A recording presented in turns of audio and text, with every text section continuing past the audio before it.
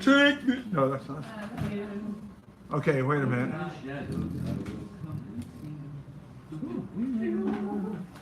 You look horrible. Look at him. Well, thank you very much. Oh, nice to be here too. Do you have any rotten tomatoes on you? I have a. Keep to yourself. Okay, sorry. Sacred's checklist plus 10 min. Plus 10 min. What is the plus 10 min? Never mind. Let me see what it says. Let me look at that. Plus 10 min. There. Ignore that. I will follow him. I've been ignoring it for months. Follow him wherever he may go.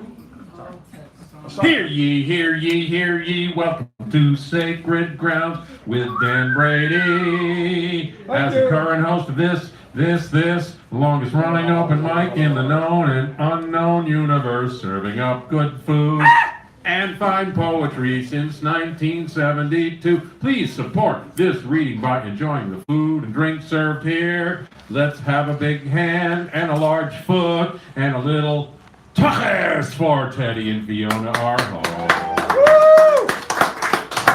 Poetry of all kinds, ladies and gents, is welcome. And we ask you to please respect the mic.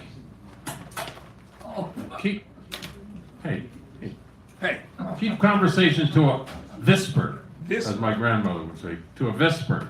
A vesper? A vesper, right? If you're Catholic, keep it to a vesper. If you're a Hebe like me, keep it to a whisper. Put phones on mute or on the floor. Jump up and down and they'll break no more. Or vibrate, vibrate. And don't distract the speaker or the microphone or the floorboards or the teleprompter by passing in front of him or her or them or it or whatever. Also, keep to the time limit, which you haven't heard what it is yet. But it's usually 5 minutes, but that can change in a different universe, in a strange and alternate twilight zone. Remember, we have 2 shows. Two. The front and the back. No, the 7-ish and the 8:30 fish. We're going fishing today. For this reason, I ask for generosity. I'd like dollars, please. Change will do. For generosity, going short helps with our tradition of getting everybody squashed, getting everyone on the mic. And then there's some, this got all, there's been editing here. If you want to be in the proverbial loop, well, then get yourself a hula hoop. We have an opt-in email list and a Facebook group. Oh yeah, straight to the Russians, our Facebook group. We stream the video, and we fish for it, and occasionally we sign it, and, pull in our nets, and it's handy in 5 ways. Note the link on the wall, and note the hot dog on the floor. Or you can view in from home. Family or friends can see you live or later on. If you want to hear so-and-sos, Sammy so-and-so, Eddie so-and-so, Jacqueline so-and-so. If you want to hear so-and-so's poem again, why, you can. Want to do a self-critique? Hell no. No way. If you really want to, step outside and knock your head against the wall. And it is a way to put out the word yours, mine, and ours, minutes, seconds, days, eons. Remember the ongoing theme. Never doubt that a small group of committed citizens, like our esteemed leaders, our esteemed feature and his wife, never doubt a small group of committed citizens can change the world. Indeed, it is the only thing that ever has, Margaret Mead. The evening's theme is? The evening's theme is Native Americans and/or / American Indians. Those are the 2 things from B. Allen who. Okay, Native Americans / American Indians / Also, next week's feature will be Bob Dylan. No. Bob Dylan will be next week's feature. Kanara Sankalpa, who has been here over the years, he's wonderful and beautiful and happy and good, and it'll be great. Okay. Kanara.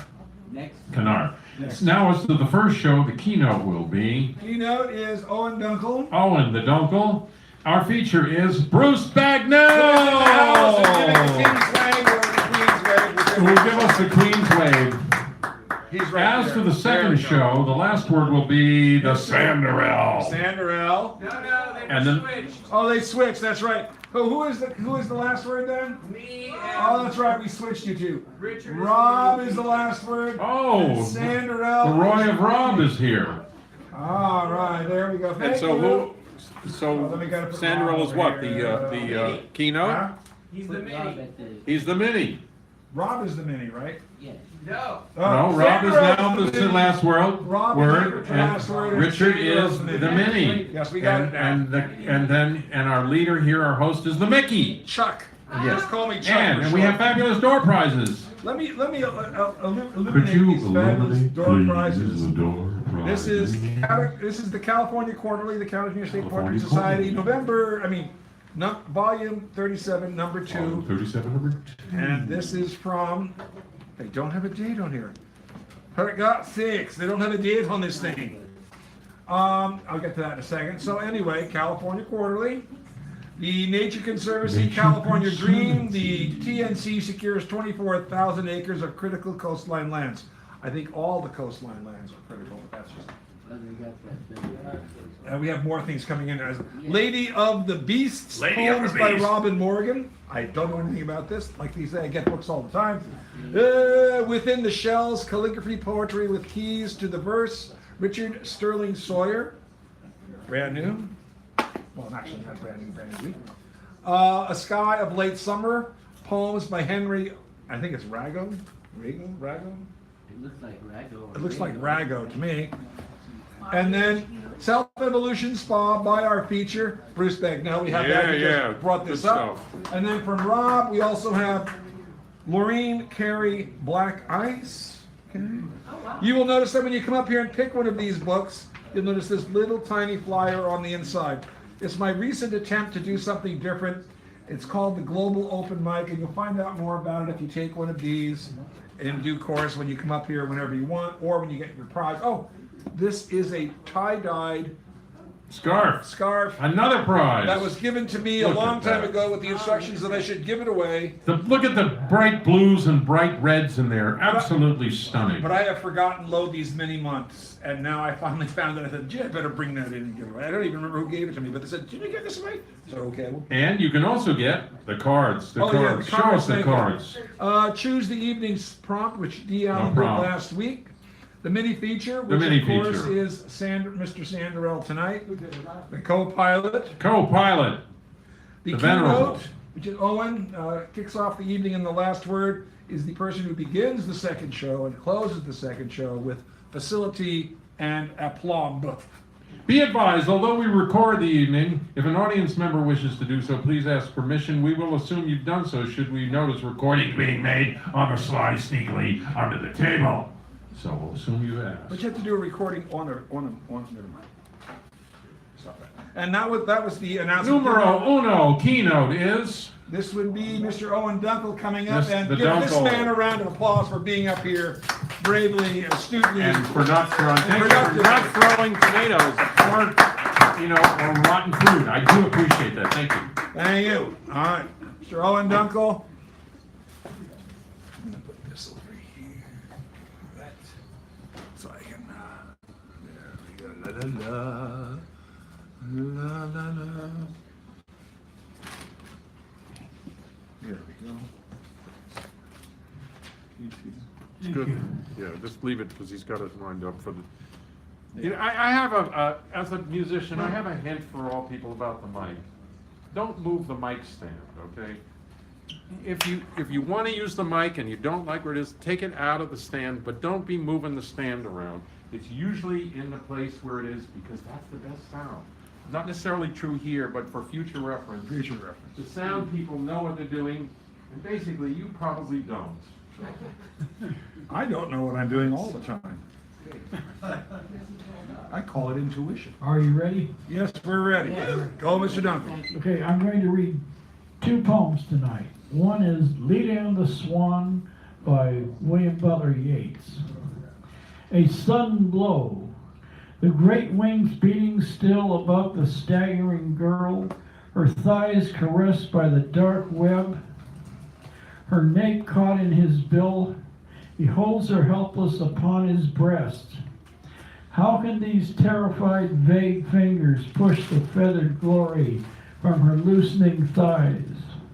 How can body laid in that white rush feel the strange heart beating where it lies? A shudder in the loins engendered there the broken wall, the burning roof and tower, and Agamemnon dead. Being so caught up, so mastered by the brute blood of the air, did she put on his knowledge with his power before the indifferent beak could let her drop.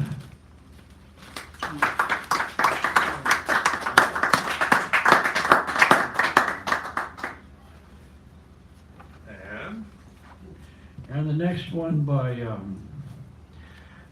Theodore Retke.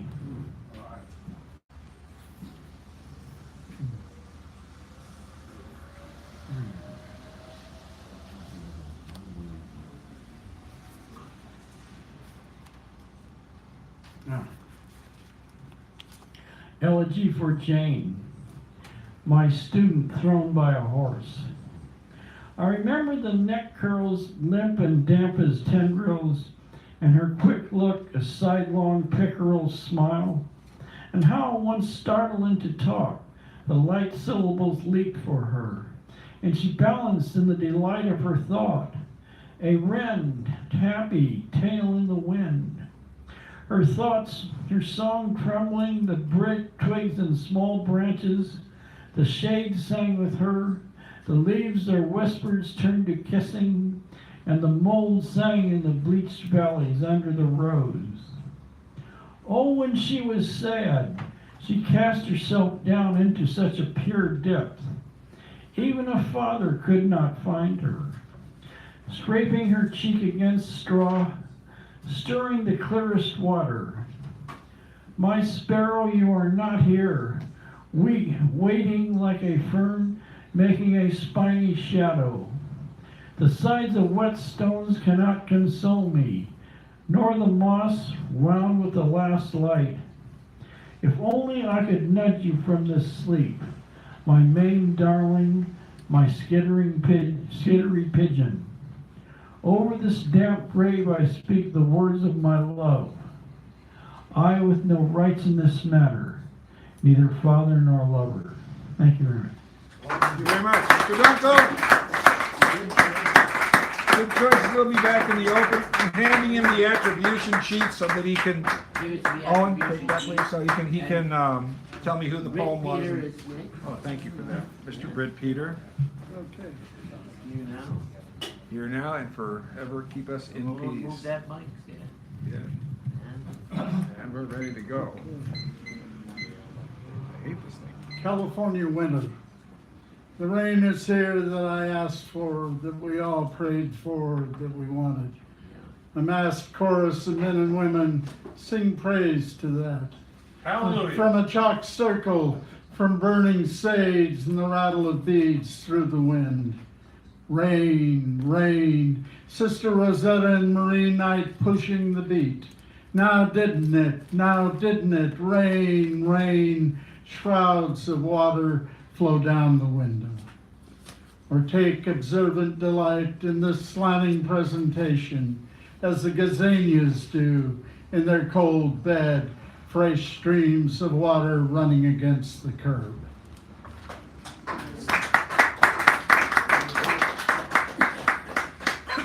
The evening's theme, this shard, Native American, American Indian, American, a feather in the wind, a blanket of lies.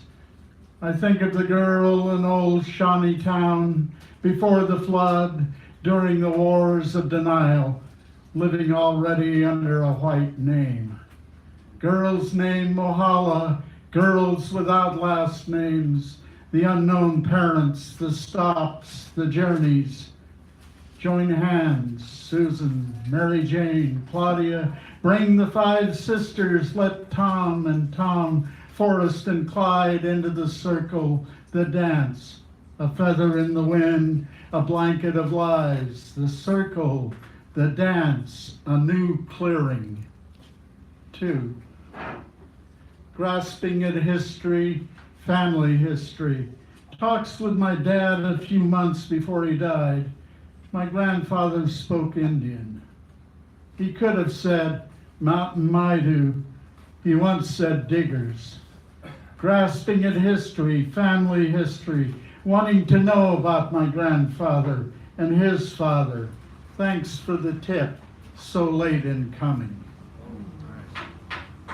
3, the family blanket over knowing anything about those before us, about relationships with, about origins, details about crossing the country, near Tanner's Creek, Cedar Creek, Sugar Creek, the North Arm, Schuylkill River, Old Shawnee Town, St. Helena. My junior high bordered by San Leandro Creek. What are the Ohlone names for the land I grew up on? The intentional gap in memory. The land is always given, is revered, is taken care of, and never owned. Peter Chartier, the Shawnee leader, knew that. We should know that. Feathers in the wind, blankets of lies. Britt Peter. Oh, and now we have the esteemed Hal Robbins. And when you were talking, how can I was wondering how can our leaders be esteemed if they're all half baked? But How long did you work on that one? that came tonight because of It naturally occurs. We'll explain it at your roast. All right, we're I'm ready now. working on a poem for the theme, but I didn't finish it, and it's not ready to present. And so next week, which is my birthday, I will present it out of Happy sequence. birthday! Next week. Happy birthday! Next week. Oh, sorry. Next week. Next Wednesday. I was trying to get a barroom brawl going here. It hasn't happened yet. Anyway, whatever the theme is next week, I'll be reading my poem based on last week's theme next week. Just to get back to you. Leviathan by W.S. Merwin. This is the black sea brute bulling through wave rack, ancient as ocean's shifting hills, who in sea toils traveling, who furrowing the salt acres heavily, his wake hoary behind him, shoulders spouting, the fist of his forehead over wastes gray-green crashing, among horses unbroken from bellowing fields, past bone wreck of vessels, tide, ruin, wash of lost bodies bobbing, no longer sought for, and islands of ice gleaming. Who, ravening the rank sea flood, wave marshalling, over mastering the dark sea marches, finds home and harvest. Frightening to foolhardiest mariners, his sighs were difficult to describe. The hulk of him is like hills heaving, dark yet as crags of drift ice, crowns cracking in thunder, like land's self by night, black looming, surf churning and trailing along his shores rushing, shoal water boding about the dark of his jaws, and who would moor at his side, and fare on afoot, should find gates of no gardens, but the hill of dark underfoot, diving, closing overhead, the cold, deep, and drowning. He is called Leviathan, and named for rolling. First created he was of all living creatures. He has held Jonah 3 days and nights. He is that curling serpent that in ocean is. Sea fright he is, and the shadow under the earth. Days there are, nonetheless, when he lies like an angel, although a lost angel, on the waste's unease. No eye of man moving, bird hovering, fish flashing, creature, whatever, who after him herited earth's emptiness. Froth at flanks seething soothes to stillness waits. With one eye he watches dark of night, sinking last. With one eye day rise, as at first over foaming pastures. He makes no cry, though that light is a breath. The sea curling, star-climbed, wind-combed, cumbered with itself. Still, as at first it was, is the hand, not yet contented, of the Creator, and he waits for the world to begin. The mighty Hal Robbins. And he already has the attribution sheet here. That is the next. So next is Owen. Owen coming to the open mic to do his piece. He was Coming back the keynote, but now he comes back to do his. And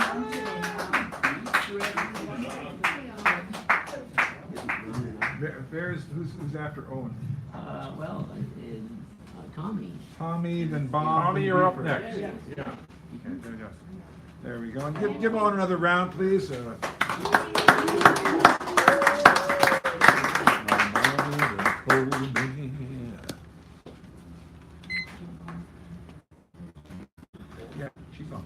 These are fairly recent. 11/4/18. The tail of the night gets around, gets to the point, rambles and rumbles into the night air where I stare in despair. A question I ask myself, do I like a room empty or full of people? At night, the air wanders and for a change is still. The air made its stillness, the stillness of the silence of jazz. Your mind is an instrument. Life becomes a question mark of the equation of being.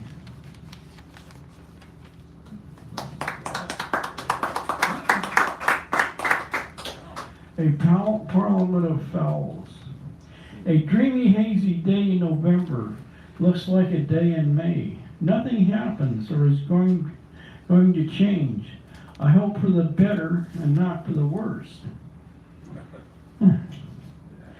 A nippy, blustery night at the Trieste flows like the chair of flowers, aspires to chasten the change, the prose of Henry James, eloquent state of circumstances. Steve writes like an inspired Sagittarius, but moves about slowly like a Cancer. Like haiku, the night is a metaphor that moves slowly and surely towards the morning in the morning. The Warriors' game is over, another vivid virile victory. Ads on TV. 12 days until Thanksgiving, as if we are already celebrating Christmas. Pensée. The smoky night, a smoggy night. The air is different, but it is not like smog. Smog is hazy and it burns the eyes and it makes the eyes water. Pensée. The night is black. The air is as lukewarm as a kiss that makes things different and the same. Poem. There is no room in my mind for a metaphor. As the smog gasps for air on the quiet, as the quiet is kind of sad and it coughs and goes down on 4 legs. Trieste. Trieste is solemn as Vespers. The night is an appropriate Sunday mystery. You wander at the mystery. Couples like carolers move up and down Grant Street. People wearing masks as the air from campfires like smog in LA, except it does not make your eyes water. The J car is a metaphor for elegance. Getting on and off Glen Park was easy.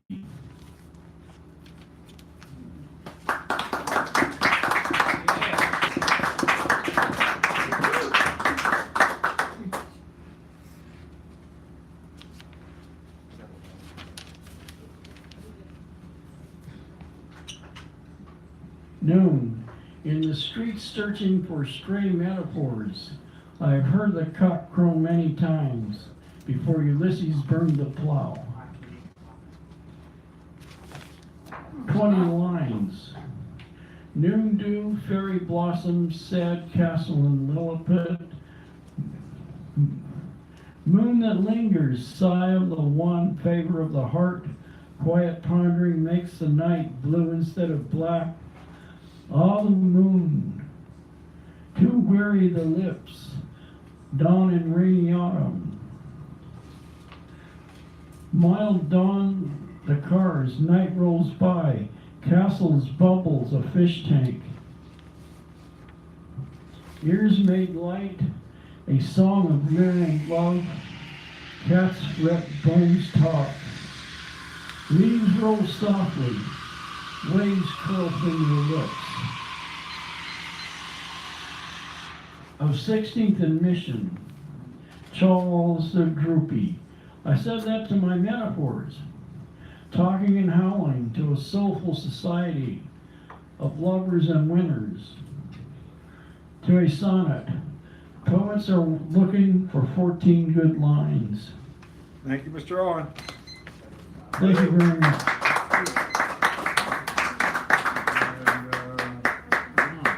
Tommy, give him a round as he comes up here, the mighty, respect-worthy, the Philly guy. Yeah.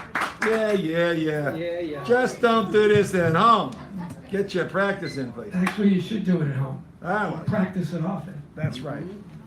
So last week I did a poem about the event of this time of year, which was the murder of George Moscone and Harvey Milk Yeah. 40 years ago. This is a second poem, and next week I will be doing the third of the trilogy. All right. No apologies, queer leaders said the next morning at a press conference. No apologies for police cars burning, gold ornamental work torn from the doors of City Hall to smash windows, glass and smoke and tear gas everywhere. No apologies. Dan White, guilty of manslaughter, not murder, though he killed the mayor and the city's first gay supervisor, planned to kill 2 others, ate too many Twinkies, a shrink said, diminished capacity. The all-American boy, as the press liked to call him, didn't know right from wrong because of overindulgence in junk food, and he wasn't even a stoner. Members of the jury wept openly when they heard a tape of White's confession, wept for a murdering ex-cop whose cop buddies followed protesters back to the Castro that night, beating up patrons at a bar, calling them sick faggots. They were sick. Sick of queer-hating cops, sick of vice squads, sick of bar raids, sick of Anita Bryant and John Briggs, sick of young men coming into the neighborhood to murder them. In the 10 years since Stonewall, in the 12 years since Compton's, the limp wrist had turned into a fist, the lisp into a cry. That night in May, the day before Harvey's birthday, it was thunderous.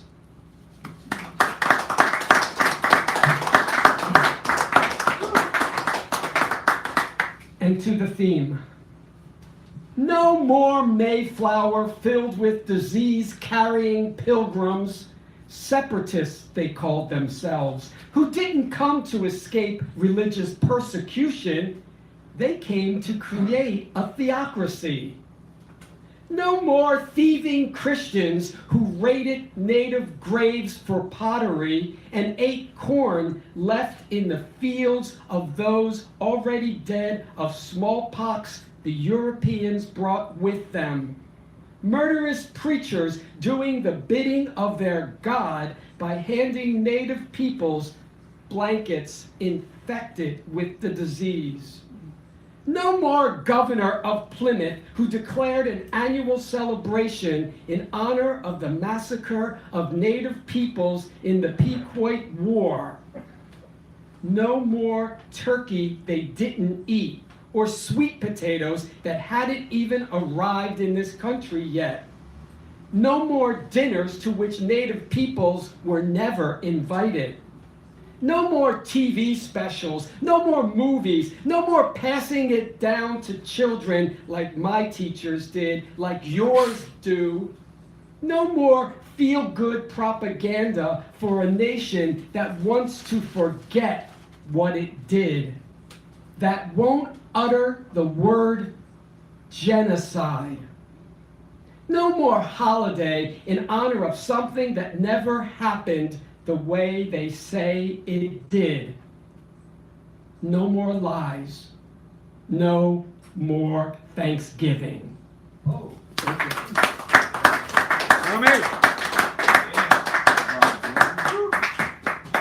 Bob? Yeah, I need somebody to hold the mic.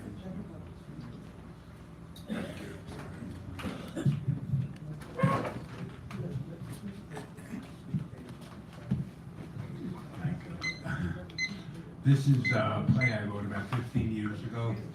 I call it a morality play. It's a bit odd, but I like it. Two different ends and means. A poem play for Raphael and the Singers. An oil refinery in a desert. Actors are in spotlight. Raphael. You hurt me, boss. No, you hurt me, Raphael. You hurt me, boss. Yes, yeah. Back out your subjects and objects. Waving a hand towards the audience. Okay, how about this? Make it a question. Raphael, somewhat disconsolately. I thought I did. Boss, winking at Raphael. About hurt. Hurt, not about you. To you. Get it? Raphael trying. You hurt me? Boss, great. And then you say, no, I did not. See? Raphael smirking with a laugh. No, I did not. Philosophically. But now I do, I think. Boss, sitting in the sand and adjusting his eyeglasses. So think about it. I was brought up on it. And English is no piece of cake. Raphael dreaming himself into great enthusiasm. Oh, I'm going to tell her things. Even Cyrano never dreamed of.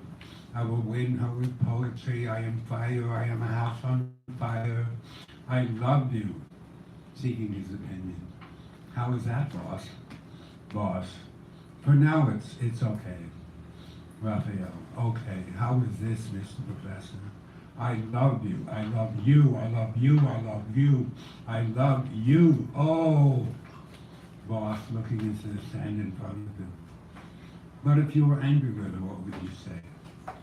Raphael, no hesitation. I love you, I think.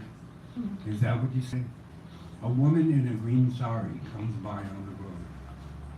Woman in sari. You are on company property, young man. Watch your tongue. Raphael. I cannot. It is in my mouth and my eyes are up here on my head. Woman in sari. Then face the humiliation. She walks off. Raphael. Boss, I do not know that word. Boss. It means you were thinking of roses and raspberries and tomatoes. Just an example, man. Raphael, after some thought. It's like the best that ever happened to you, May. Boss, interrupting. Come again? Raphael, lost in the world, dreaming, excited. I must see her, oh, I must see her. Boss, when may I be ready? Scene 2. The woman in the sari is wearing red now. She is speaking to a snake charmer who's going about his business. Woman. In the desert, it is not polite to ignore a woman altogether. Charmer. Save when you are raising monkeys. Or is it mongooses? What do you think? Woman. I think too much boiling will spoil the solution. Charmer. Too bad.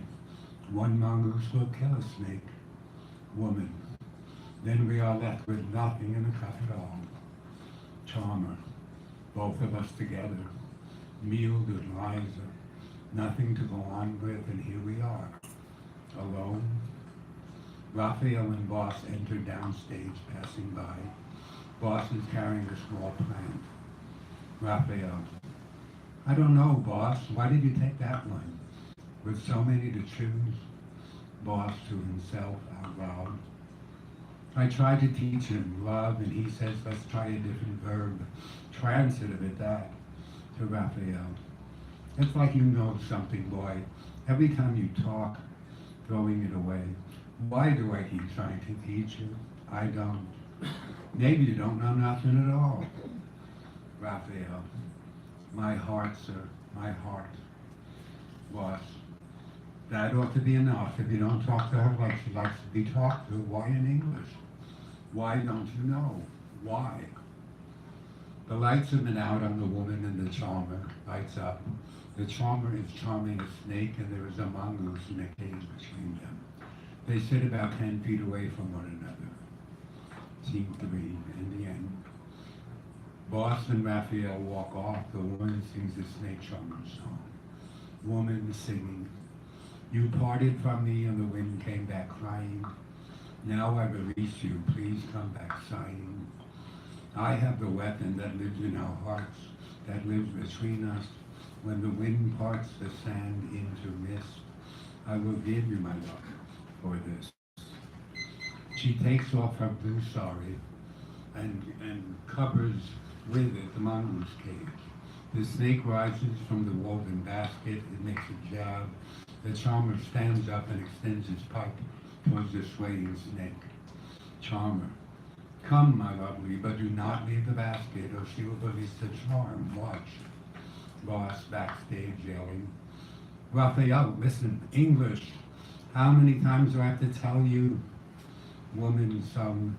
Nothing is before and after, nothing to come again. You will sustain our laughter.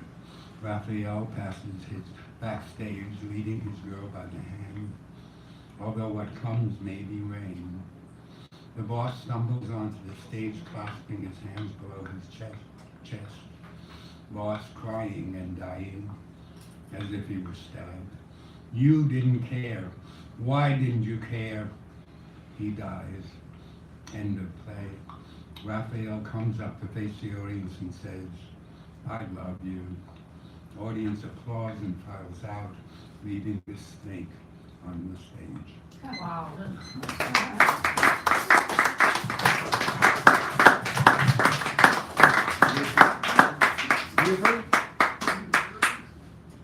And then we got Sharon, Antoinette, David, myself, Yasmin, and then our people. Are you okay? Yeah, I'm fine. The rain doesn't like my knee that I hurt when I was 20 years old. Rain doesn't like mine. You know, what can I say? Didn't like my tomato plants either, for that matter. Yeah, all right. Here it is, rain.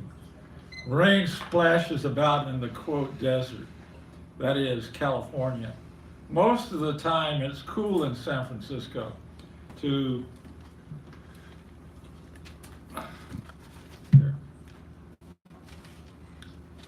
some cold. Most of September and October it warms up and the big city has its quote summer unquote. Today and tonight so far it's either cloudy or rainy or both.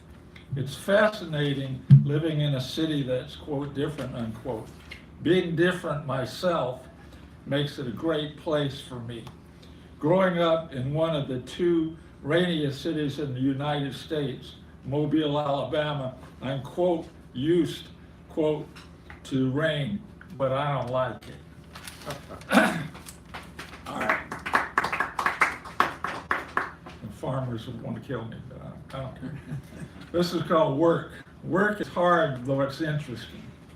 Working with developmentally disabled students is better than working with non-disabled kids as a general rule, at least for me, because the disabled kids are more needy, which isn't easy, but in a sense, less challenging. All right. Yeah. And here is a little Native American experience that I had. Covelo. Covelo a town 30 miles into the Mendocino Hills, occupied my ex-wife and my time running the Wagon Wheel Hotel. We would have to wake up in the middle of the night to register people who needed a room. We cleaned the rooms, and for these duties, we received a room and $1,000 a month. A Native American woman who had worked for PG&E for a long time and got carpal tunnel and couldn't type on a computer anymore helped us out there.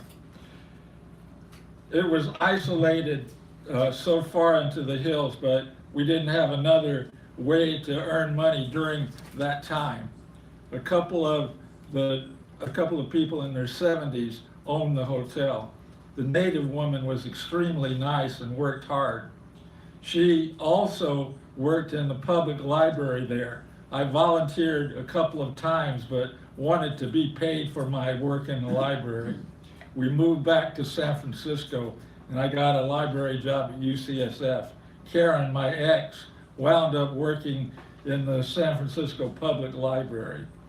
The Round Valley Indian Reservation was located in the town of Covelo. I don't care much for rural living, but Covelo gave me one experience in getting a glimpse in Native culture.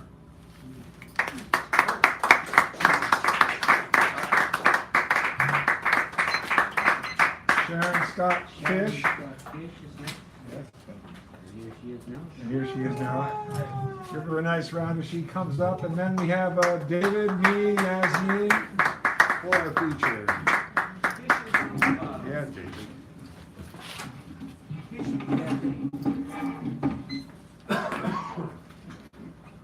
This is called Trade You. Is your kids in Kansas City? Yeah.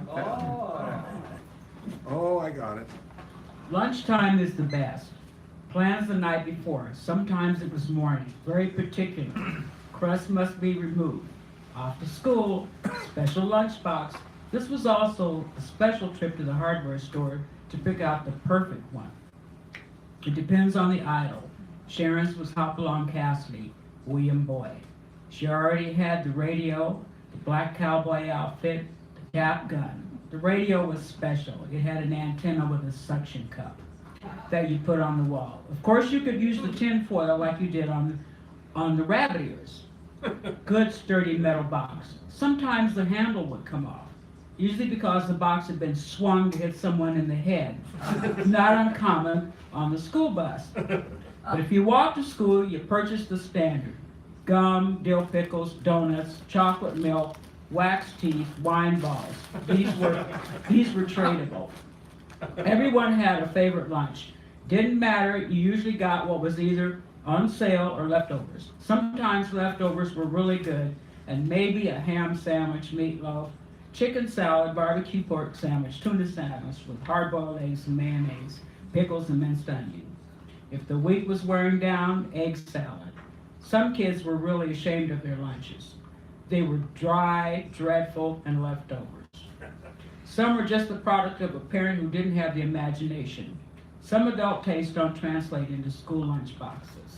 Baloney. Yeah. And ketchup on it. Parent was in a hurry. Let the child make the lunch. Well, that could result in the biggest mess. Sometimes pie, candy, soda pop, and potato chips. Fried bologna, I mean real bologna, but in the hands of a 7-year-old, it becomes a carbon experiment. Burnt to a crisp. How about a cold hot dog? Lunch is packed on the way we go. Now do not leave them on the bus.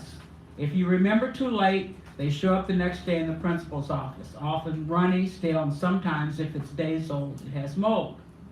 And not only that, a mother is furious.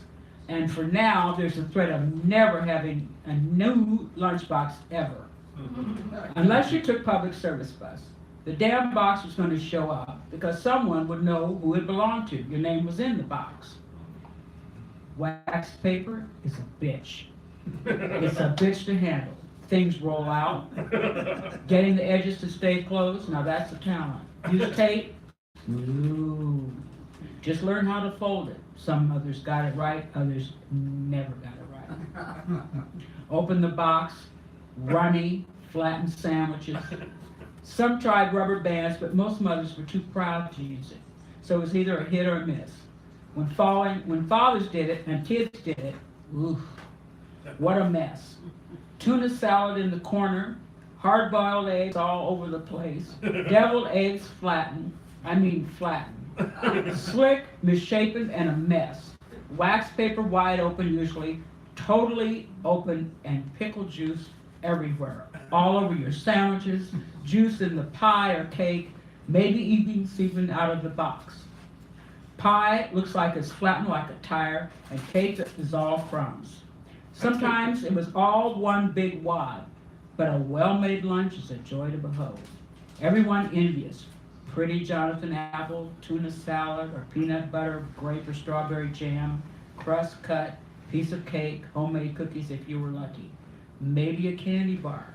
Maybe that was rare though, but if it was, a sensible parent, a Hershey bar. Mind you, not Hershey, but Hershey's with almonds. But the Hershey with almonds was full and was filling, and we loved it. Then, of course, there was the Three Musketeers. You could share that with two other friends, since it had the 3 sections in it. Settle down to lunch, buy milk, if it wasn't in a thermos, maybe a soda. Now it's on. Trading like the stock market. Who wants to host this devil food cake? Trade you for half a ham sandwich, or for a piece of devil's food pound cake. That's fair. Underwood deviled ham for 1 Twinkie? Got it. Piece of cherry pie or dill pickle? Love it. Package of Kool-Aids for an old Henry? Got it. I've got wax teeth and a candy apple. Who wants that? I do. David's mother always made sausage sandwiches. No one wants them. They're cold and greasy and not so good. It's not well made well. Occasionally Sharon's grandmother makes a peanut butter sandwich. She doesn't get it. For some reason she puts butter on it. Not good. In those days, that's not a sandwich. All we want is grape jelly. Okay, now let's fight over apple butter sandwiches. Love apple butter. That's homemade. Okay, we love that. Margaret's mother made the best egg salad sandwich, but she really could not get that wax paper twist down pat. The salad was great, so if she traded it, it was great. We would eat it, but it was a vehicle for scooping potato chips. But new to the neighborhood, Angel, new to our world, she would bring quesadillas, and we would line up to train. Rosa would bring her grandma's meatball sandwiches. Yum. But Katrina's cabbage rolls, pass. Francine's mom's fried bologna, loved them. Horace's mother's fried fish, but we all love bologna and cheese, and that's no bologna. All the sandwiches of you. Antoinette. And then we got Antoinette, then David, then me. And here she goes. Give her a nice round as she comes up here for you.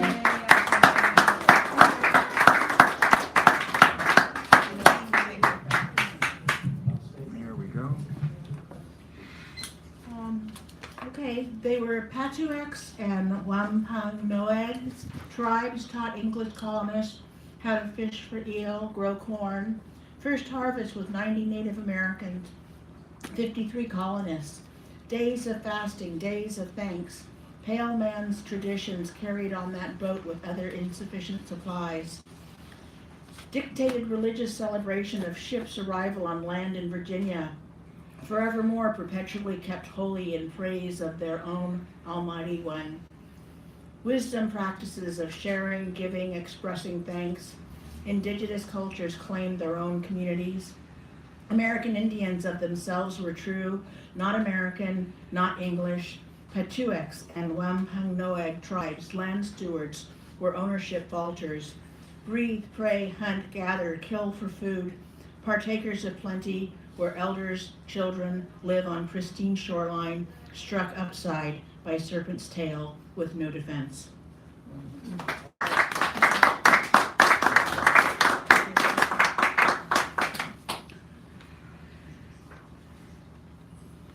Knowing you are better off not knowing. I stand behind bushes, violent, surprised on late afternoon Wednesday. Beautiful cat soul, 13 human years old, mauled by our family's 3 dogs. Expansive being echoes behind my skin. Horror, sadness fills backyard where it happened. Green grass disappears in blood-stained pavement. Weep too for Baxter, long sentient life, lived, dogs swatted a fly.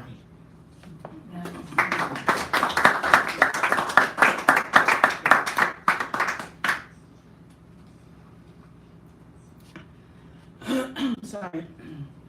Profound bliss meets forlorn. Every day we feel empty. We are alone on this planet. Tamed ache filled by text, food, pills, alcohol, money, shopping, whatever moves away all depth to buckets of tears without reason. Flip side comes like parking space gifted, no questions asked, taken without reserve until not needed, all walk in gratitude to love. Decoding this meaningless life where old photos of children, those who fade to old age, evolve to now. Some weakened through poverty or misfortune, others superior with illusions of wealth connected to source who is complete. Temporal order kept in calendars or clocks, living linear, not able to see, invisible thread without space between us, them, it all.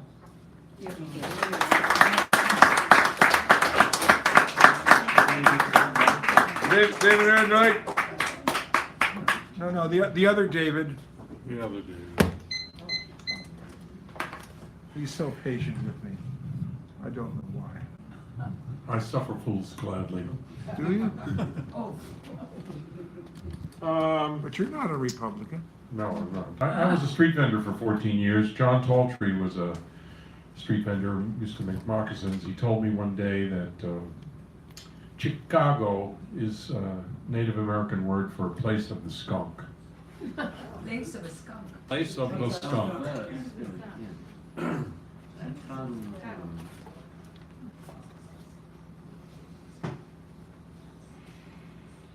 This was yesterday.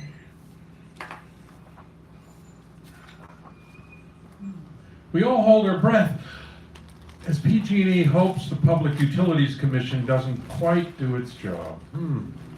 Too big to fail, too big to succeed. I guess we're in limbo somewhere in Dante's Inferno.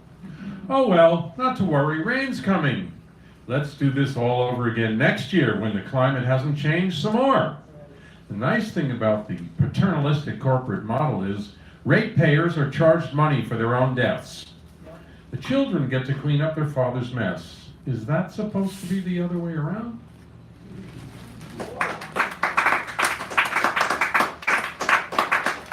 C, S-E-E, C, S-E-A, spell, sound it out.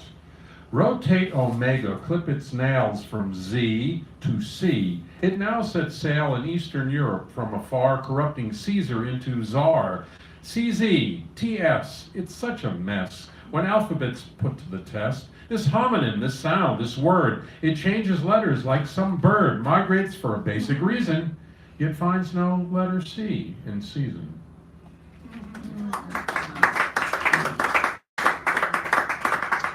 So I was in Berkeley Broadway Singers had our concert Saturday and Sunday. It was big fun, and I'll sing you my little solo from Chim Chim Cherie. So I had a couple lines. So up where the smoke is all billowed and curled, between pavement and sky is the chimney sweeps world, where there's hardly no day, nor hardly no night.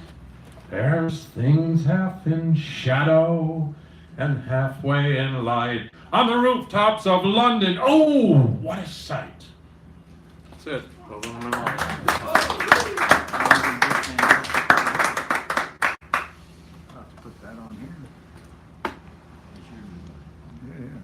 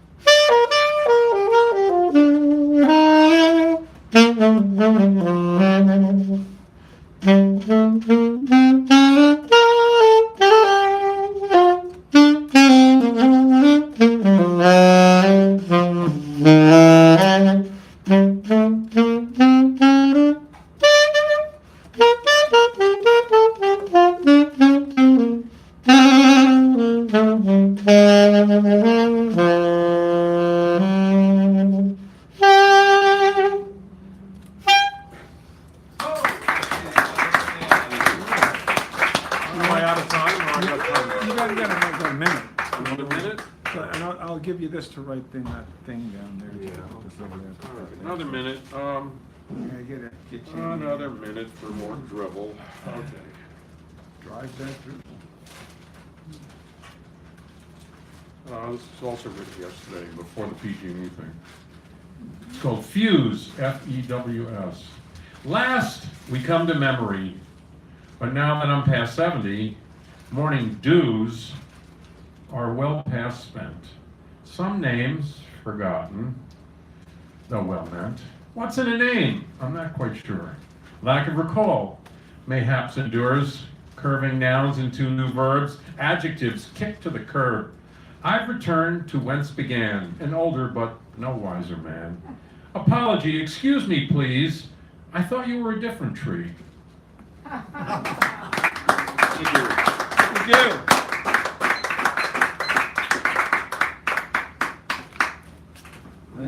Okay, that brings us to me. Mr. Dan Brady. Can you make sure I'm framed in this thing correctly? Thank you. Get up here. Oh, Get on can you up. pass that down for David so you can put the name of that thing on there? Well, hello, ladies and gentlemen. So proud and pleased to be here. Thank you. Steam did not bake. No, actually, this touches on the theme, but in a very vague way.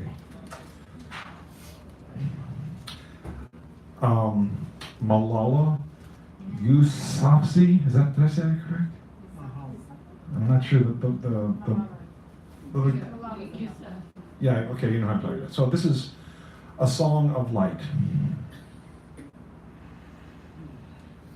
Sing of that light, hope and joy, a gleam in her eyes. Sing of a girl who shed blood on their lies. Sing of the girl whose words rang true. Sing of her light and her innocence too. Sing of the girl on a school bus one day. Sing of her sight, seeing the blindness in her way. Sing of that light within a girl's soul. Sing of a girl who would live her life whole. Sing of the light, the soul of one girl. Sing of the changes she's made in her world. The song of the soul is both eternal and great. It cannot be put out, never has been to date.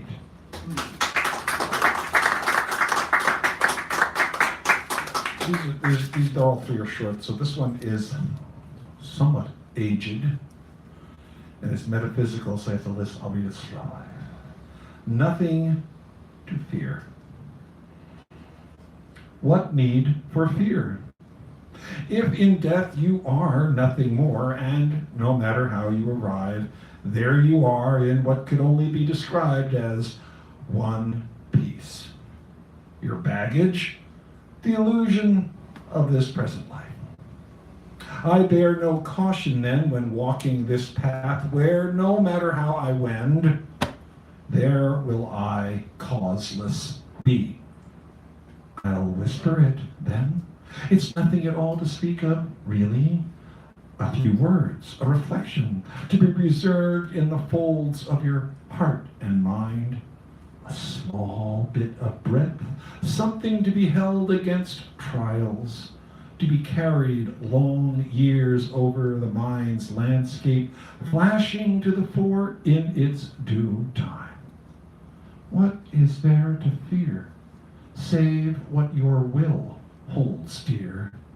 In that ever eternal present, when all was still and yet to appear, in that once upon a time when light was not but clear, and there was only nothing, with nothing at all to fear. So what is there to fear?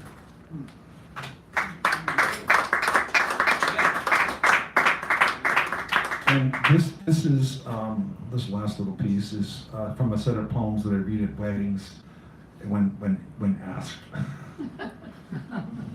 From a friend for a friend. There is time for everything, however long you live, if you think of everything in terms of what you give. In terms of what you give, it's a balance act divine between having what you would will and when that must be declined. And when that must be declined, there's little left to say if love has kept unto your heart while you give the self away. While you give the self away, be trusting that love in turn will provide the bounty needed from the lessons that you'll learn. From the lesson that you'll learn. You'll let no thing strike love's hold, but bring sweet heaven into your breast, where vouchsafed its bloom will unfold. One of those wedding things. And now Yasmin before our feature.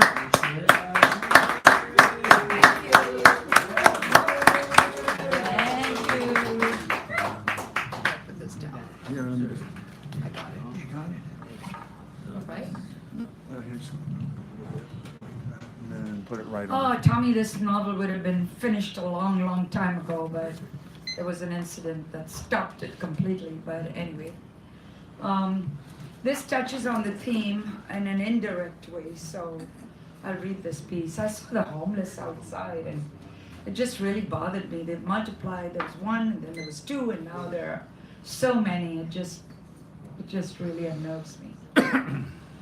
Omri knew she would not leave Merrick. She agreed with the parents about applying for a job. A job would get her out of the house. It would bring in the rent and the food. They were living on Merrick's stipend from a Harvard University fellowship. He had dropped out of the program. The money wouldn't last much longer. She thought of her own class and of Dr. Schwartz, who taught economics at Temple University. Temple. She had met Merrick in that class. There is no absolute definition of subsistence, Dr. Schwartz had lectured. Its meaning alters with the conditions in each country. I oppose the idea that there are basic fundamental needs common to all economies. My friends, subsistence in America is not the same as subsistence in developing countries like those in Africa. But surely, food, shelter, clothing. The students were confused. She too had been argumentative in that class. Subsistence is the basic requirement for survival. Is the furnace a basic requirement for survival in Africa? Dr. Schwartz closed in on her. Merrick had to come to her rescue. There is an absolute definition of subsistence, whatever it is, which is necessary for survival in any country. What concerns me is that we sit here concerning ourselves with terminology. I am more interested, sir, in the access to this so-called subsistence. Explain that, Merrick. Well, if we are in agreement about one subsistence in the States, then my subsistence is supposedly the same as yours, isn't it? Merrick glanced past Omri at the rest of the class. But in fact, you know as well as I do that my access to those basics is not the same as the rest of this white group here. He caught Omri's eye. All except Omri, of course, who was probably born into an elite class and never had to cope with subsistence. Even the most ordinary services, like example of your furnace, is denied to me. He sang his words, and subsistence in each country, in each sector of society, depends on the share of its denial, its denial of the basic commodities. Ah, Dr. Schwartz spoke after a long pause. You have indeed, Merrick, ingeniously capsuled the entire 4 volumes of Das Kapital, have you not? Perhaps I have. Merrick had been anxious to establish his ground in the rooster fight. My wants are the same as any white man's in this society. I too should have something basic, like heat. But in North Philadelphia, I'm denied that which is basic to the suburbs of the city. Dr. Schwartz smiled. He smiled if he had Merrick exactly where he wanted him. He wrote on the blackboard, artificial barriers. He addressed the whole class, turning away from Merrick. Let us assume that the Marxist principles were applied, that we lived in a society where the principles of equal distribution were being applied. No, I'm not referring to Russia or any communist country. I'm trying to build a theoretical model, like any model, like Pareto's optimum model, Joan Robins's monopolistic competition model.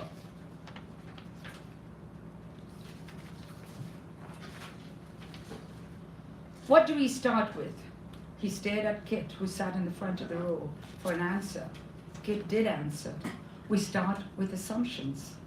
Precisely, Dr. Schwartz threw the chalk on his table. Like any other model, the Marxist model has its set of constraints. It works only if ceteris paribus conditions apply. If. Now, Merrick, do they apply? What does Marx presume? He did not allow an answer from Merrick. He continued.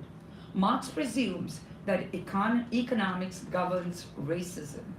But racism, my comrades, is an incurable and universal disease.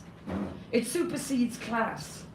Marx's idealistic classless structure will not and cannot eliminate racism. And racism is, to go back to Merrick's query, the major artificial barrier to the access of basic goods and services to all sectors of economy.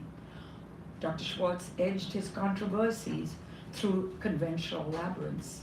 Marx insists that economic equality will remedy racial inequality. I suggest that racism is inherent in men. It cannot and will not disappear with class uniformity, which comes first. He concluded his lecture, the chicken or the egg. Oh,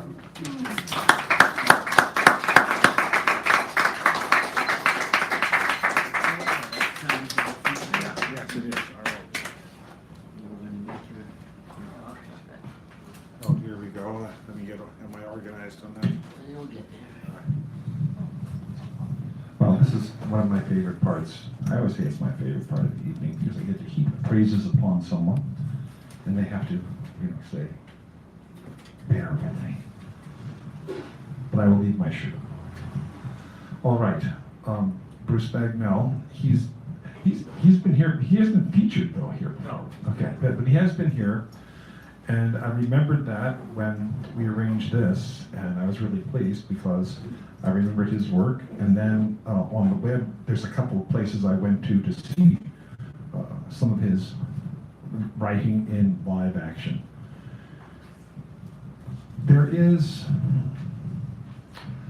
a magic in the ordinary. There is the extraordinary in the ordinary. And sometimes there are poets, such as Mr. Bagnell, who can take something that is common, small, otherwise insignificant, and transform it through the perception and the magic of the mind into something extraordinary, meaningful, deep, and a beautiful piece of work, a beautiful poem. Imagery, thought, concern, and a sense of curiosity that takes me when I read and heard him along through his pieces. And as in many times, that for me, poems are journeys of the mind and the soul, and I very much like it when I am taken along, invited for the ride. And I have enjoyed the rides that you have taken me on several times, and in getting ready for this, I saw some of the clips, and of course in the past when you were here. Beautiful, capable, concerned, an individual of merit and note. A great poet is about to speak before you. Give Mr. Bagnell a wonderful round of applause. As he comes up here and moves us. Since you're tall, I'm going to make sure this is right for you. Okay. Okay. Oh, you're going to do that. Okay, so there you go. Let me just make sure we have you framed. Oh, yeah. All the way up for you. There we go. Just a little bit. There we go. You are perfectly arranged, as we like to say. Well, thanks, Dan. I'll try to be about half as good as your introduction. Since the theme tonight is American Indians or Native Americans, you know, the idea, the person who gave us those wanted to be very inclusive and descriptive, so that's the theme, the nature of the theme. And I have an old poem in my book about pertaining to me and my ancestors, Nukumas unseen. From a Pacific Rim hill, I see the ocean tilted, mirroring the sun. I imagine albatrosses skimming the water, far away for thousands of years, floating in the air like yeast spores, forever there, unseen. Ancestors knew the invisible, set out flower water slurry, captured puffy spirits to rise bread, talked of spirits, looked deeply into souls. I think of this as I labor uphill, deep breaths, sage scrub, cactus, vast idle sky, awaken the spirits inside me until I am one with my Ojibwa great-great-grandmother floating up the hill, a great bird effortlessly powered by the wind of ancestors. I want to tear off my shirt, feel winter air, cold and pure, notice the little mouse runs, the broken twig passages of coyotes in hunt. One with the sky until time pulls me backward. I step on the veined limestone, talking to Unukumas. Grandmother, you were uncomfortable in that old photo, choking in Victorian dress. I say, and wait for her reply. The only voices on the trail are white men in tats, women in ponytail caps. My shirt stays on as they pass with a silent nod to my blue eyes. Nukumas does not answer. I choke in my white man's skin.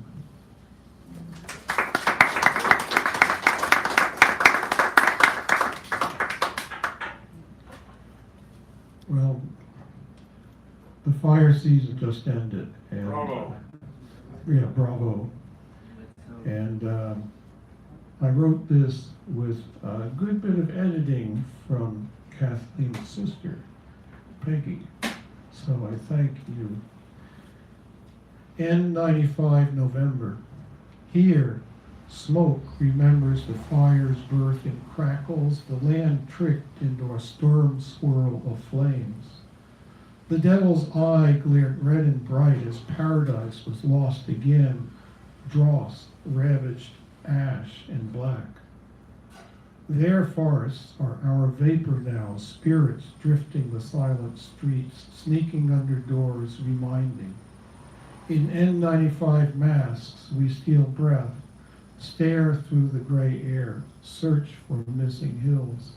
We take half-breaths in a stink of melted cars and toasted houses, gasping in a funeral march. Only the near trees unhide, gray ghosts of themselves. Distance is erased. The apple of oil was bitten, the garden cast into flames. Milton, here is your pandemonium freshly cooked.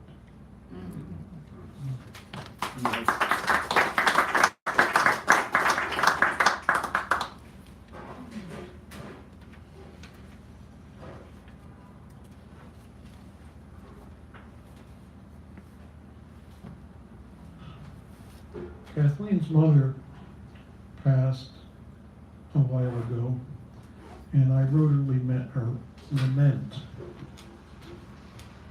She used to hang her memories on the long pole in the closet of her mind, accessible with a quick scan and a yank. She could wear them over and over with few alterations to accommodate the tolls of time upon her body. Oh, the stories she could tell. Until late in life, there was a shortage of hangers, too few visits to the cleaners, and she began to fold and stack what she barely remembered, neatly at first, in the cabinets and drawers.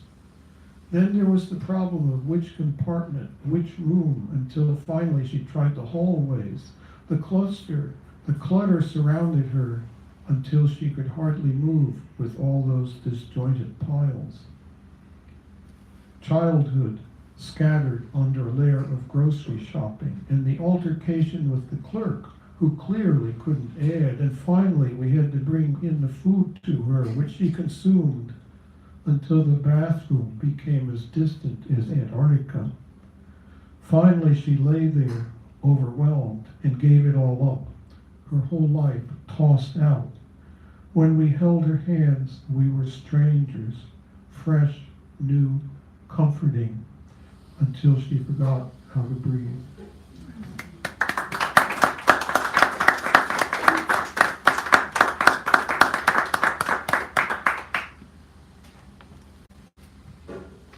We have a nephew. He's in middle school. Middle school lesson. Matter has mass and takes up space. The mass of it. It fills the spaces in my brain. I fill with 1950s angst, sweet as a summer day, with rooster cries from a chicken farm next door. There are acres of lawnmowers pushing, as Pete the dog intimidates the mailman, and the deer eat the garden except the tomatoes. There is the threat of Russia, and we are told to survive nuclear attack by hiding under school desks. A boy fights me for no reason. Pete the dog kills woodchucks with the shake of a neck, and I see a huge black snake under the old chicken coop. I catch a pike in the brook behind the house, and my brother and I dam the brook for a raft voyage of 5 feet.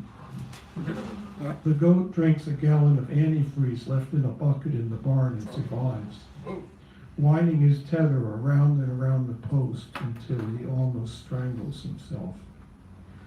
I grow like the summer grass, a foot at least, and then it is time to rake leaves into jumping piles, smell the waste truck, and empty the septic tank. Matter condenses out of nothing with school bus jiggle rising to my groin and sudden notice of Norma Ford's sweater bulges, the rear expansion of a pleated skirt. I wonder what state is matter. I wonder what is the state of matter. I wonder what state of matter is electricity when a girl's knee touches mine, and what to do with the white spirits spurts on the midnight sheets. They seem to be teaching the same stuff as last year, and then there is the hard matter of an older boy's fist in the side of my face, the swing of a teacher's paddle against my butt. I go to the grown-up library section and read War and Peace, but only understand the plot, not the matter. Father is always late for the train, but makes it. Late for the plane to Venezuela, Chile, Texas, Greece, but he makes it. He is home silent, a moody man in the living room, chair, smoking his pipe, drawing perfect New Yorker cartoons with weak humor. Mother is in the kitchen smoking. Father's Rube Goldberg clock lever weight pulley bucket system unbanks the furnace, dumps coal. It is 6 a.m. Solid turns to gas to heat. We wake. 4 kids and 2 parents. 1 bathroom with a sister who lingers within. I listen to WOR radio, hoping it's a snow day. There is a great ice storm, and we slip down the hill on sleds. Trees rain broken branches as the cars whir their tires and skid on the highway hill. I imitate Emily Dickinson on the typewriter, always hitting the letters too soon after the shift key, throwing A's and T's into the sky of the page. My newly tall leg is broken in gym class, and I feel nothing until I look at it. I scream, I never learned to dance. There are new books in the library, and I consume them like food until I begin to understand matter, the space of it. Matter lies within, expands, shrinks, changes form. My memory pulls on it magnetically or pushes it away, but it is there, and I see its endless mass in a nephew's homework. Matter takes up space and has mass, says the text. And I think solid liquid gas doesn't begin to touch what it is. Nice.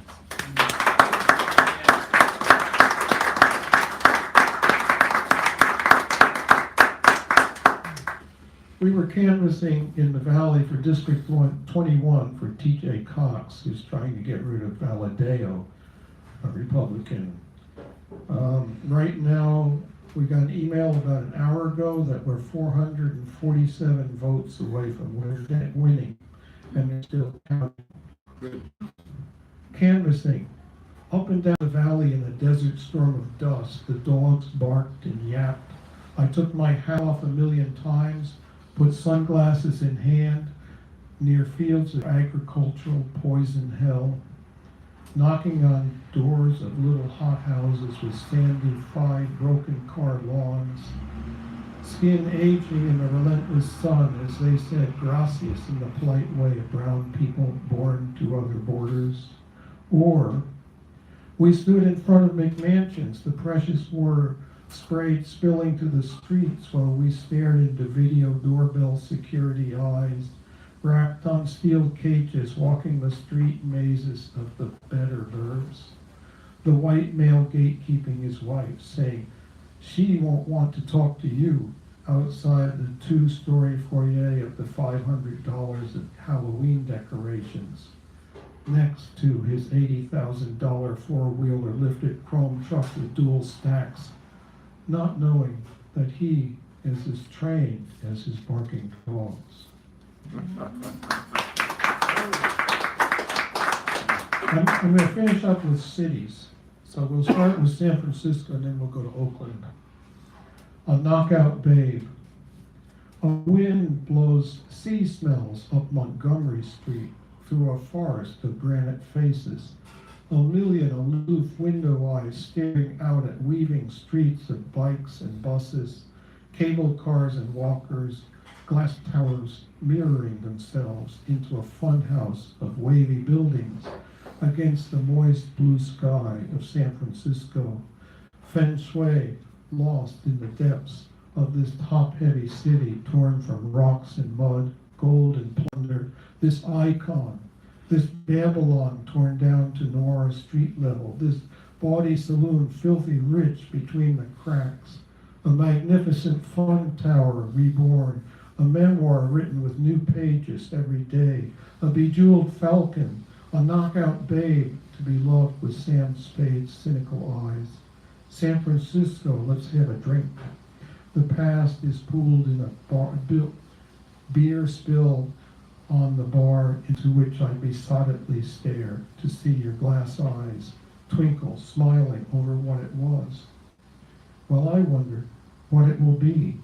The comedians of hope are standing shaky on the stage of tomorrow, and a wind blows sea smells up Montgomery Street.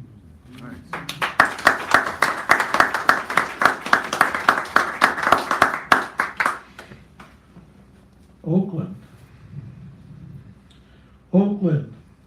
flock of white-clad Ethiopians scatter like doves up MLK and 55th, drifting past the chained dollies and wheelbarrows of Ace Ellis and into their cinder block cave of worship. Heads and sheets and headscarves colorlessly frame black wizened faces. Slowly they congregate. Next door, jeans and t-shirts step up to the hardware counter to remake the city with caulk and bolts, emigrating into the neighborhoods till they belong. Oakland. The for sale signs are offset crosses, open house on Sunday, hanging on the tees. Take some brochures full of beautiful pictures, urban houses, recently unghettoized, polished and staged, listed as Baja, Rockridge, Outer Temescal, trendy, welcome to the hip town of Oaklandish, East San Francisco. No. Your house, now under offered for the overbid, 10 times what you paid. The cries of your children painted under by Garcia and Oscar's magic. The house redone in days until the price is cosmetically justified. Like a cherry Lexus on the used car lot. A bargain cheap at $800K. Move over, Oakland. Let the young with their hip 3-day chin stubble bid, sold $150 over asking as planned. Oakland, go down International Boulevard, you cross the border into Asian markets, car lots, restaurants signed in Hanzi script. Go down past 14th, past Emperor Building Supply, until you reach Cesar Chavez Center School. The best taco trucks are in the Goodwill parking lot, fried brains, beans, and rice. There, before Fruitvale Station and its assassination, you can ask what country you're in, but look down and see the needles and condoms floating in puddles at the curb. Urban campers sit at 12th and 29th.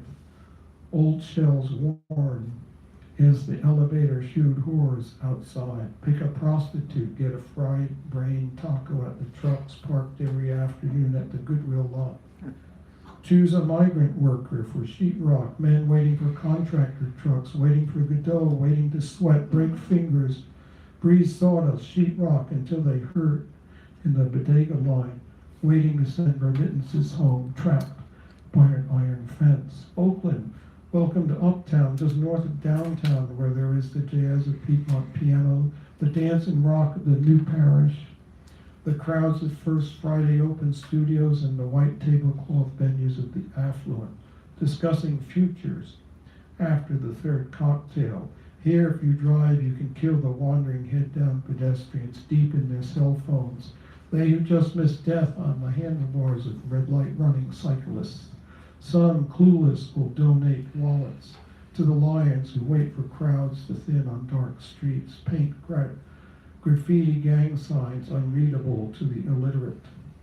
Oakland, is this every city? The homeless pushing their carts, the tents and tarps under the overpass aside the parks, torn campers and torn people sitting flat tired until street sweeping day, avoiding the punishments of the man by trundling across to the next haven.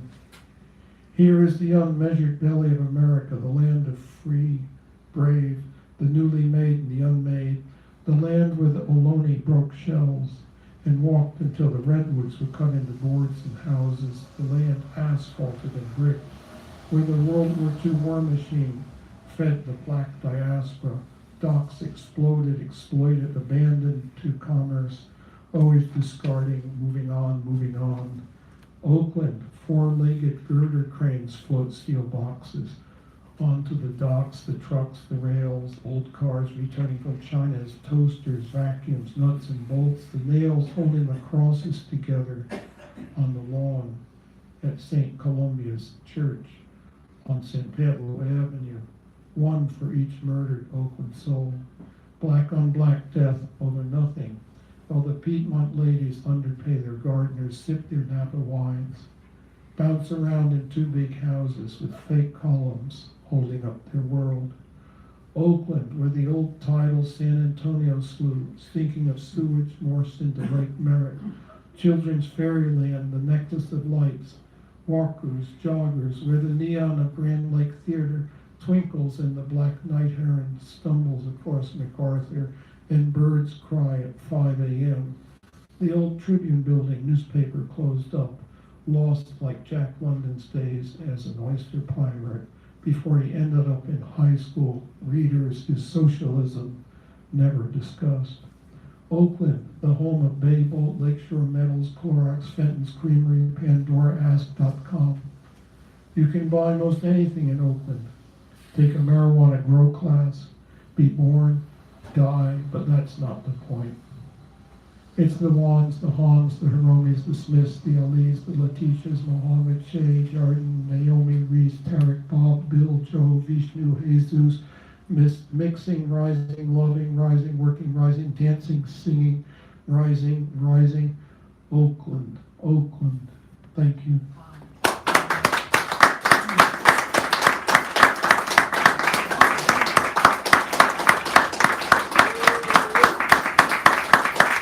First back now, ladies and gentlemen. I told you.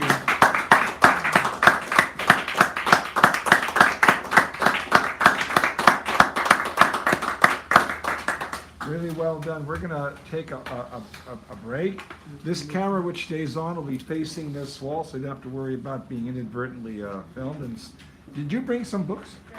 He did bring some books. So one of those is in the door prize, but check it out. Talk to him. We'll be back in about 9 minutes. I went 5 seconds over. How many people are left? We have Rob, Karen, Richard, Nikki, and then Rob. We have a very brief second half. I have a huge favor. Yes, sir. I'm coaching an oratorical contest for elementary school. Yes. And I was wondering if we could use your Malala poem. Oh, yeah.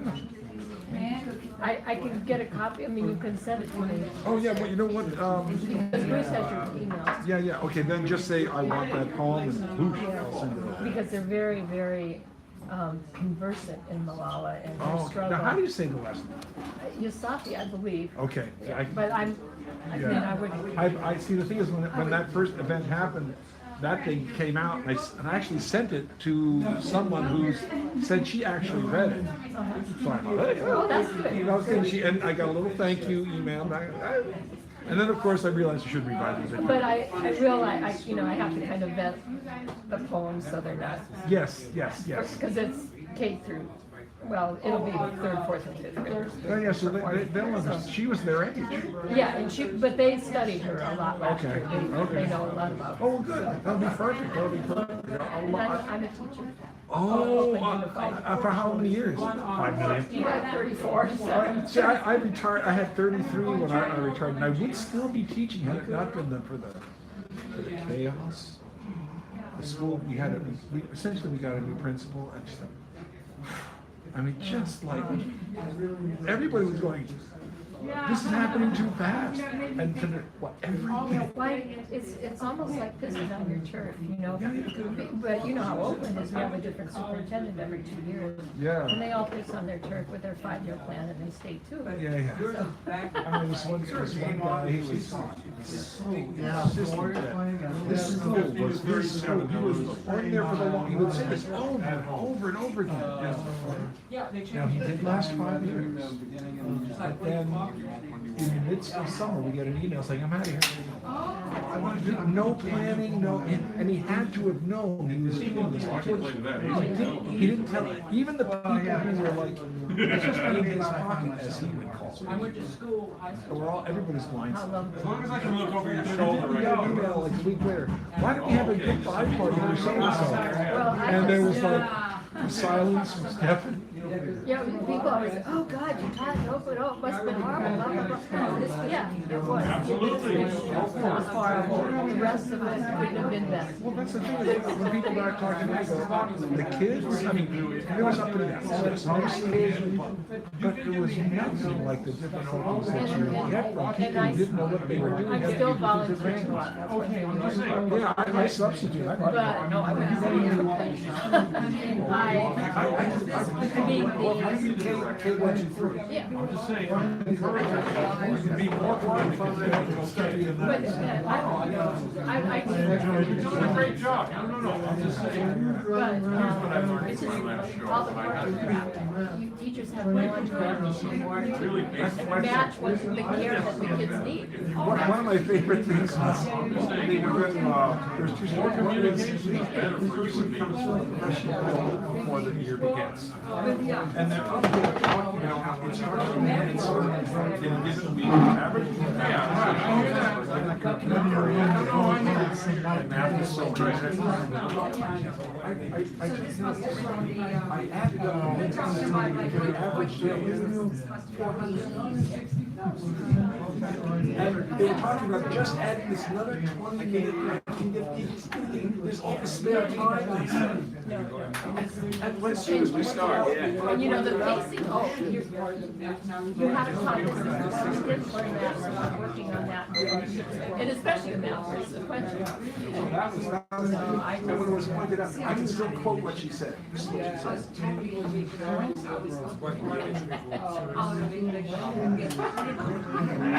Later on, we found that she was really not having someone else.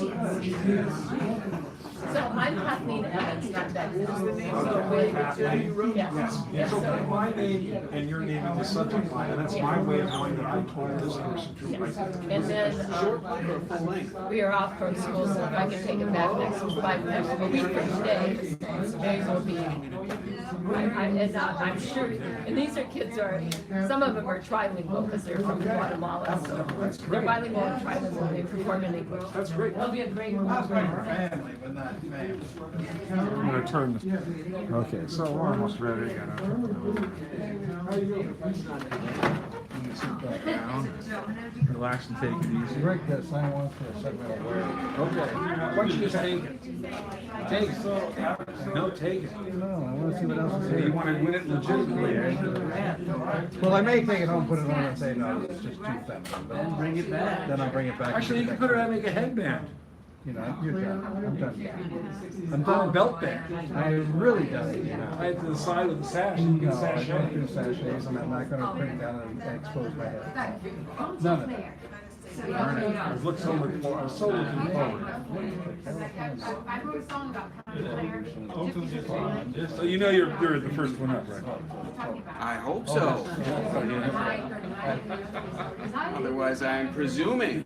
Presuming, and you presume? Oh my God! Never. State Poetry Society. That's nice, kind of highfalutin. It is highfalutin. Sounds highfalutin. California port.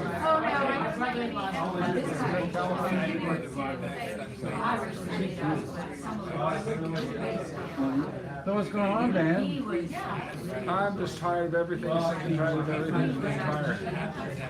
Well, then start partying down like it's 1491. I'm gonna party down. Well, let's all get You know together. how many bottles? You know how many bottles of wine I have in my Wow. got over the An years of actual presents? humble answer. I have 23 bottles of wine. Maybe they don't bring you an apple anymore? No, the teachers, the parents would bring they bring jackets and coats, and they would bring bottles of wine or chocolate. What are you doing? I love the chocolate. I'm The bottles of wine I just preparing stored for away and I liftoff. moved the gun.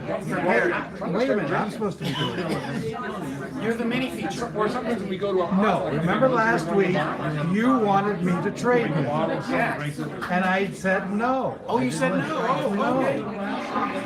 But they're all I was good. gonna go, I knew, I said, I wonder if he understood this, because I was, You often make your parents. I'm sorry it wasn't funny.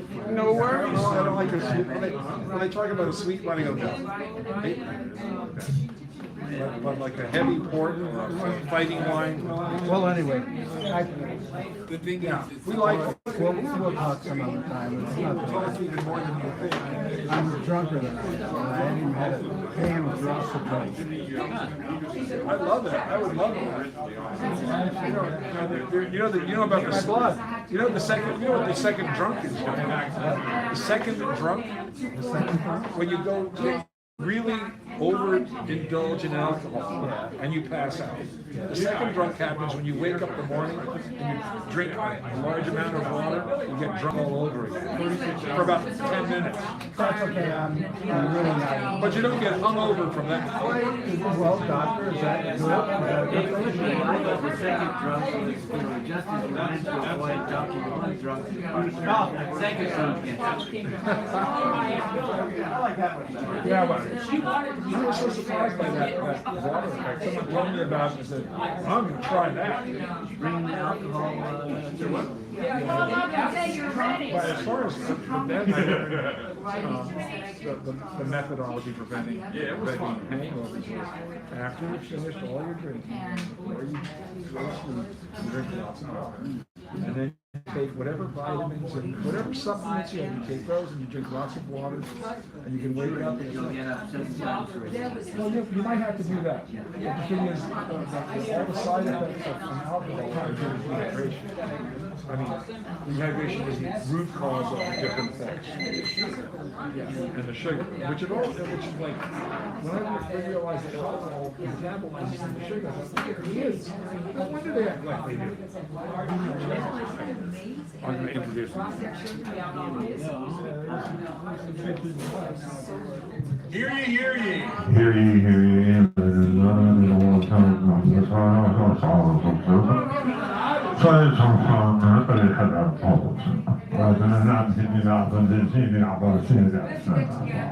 You sound like the bar announcer.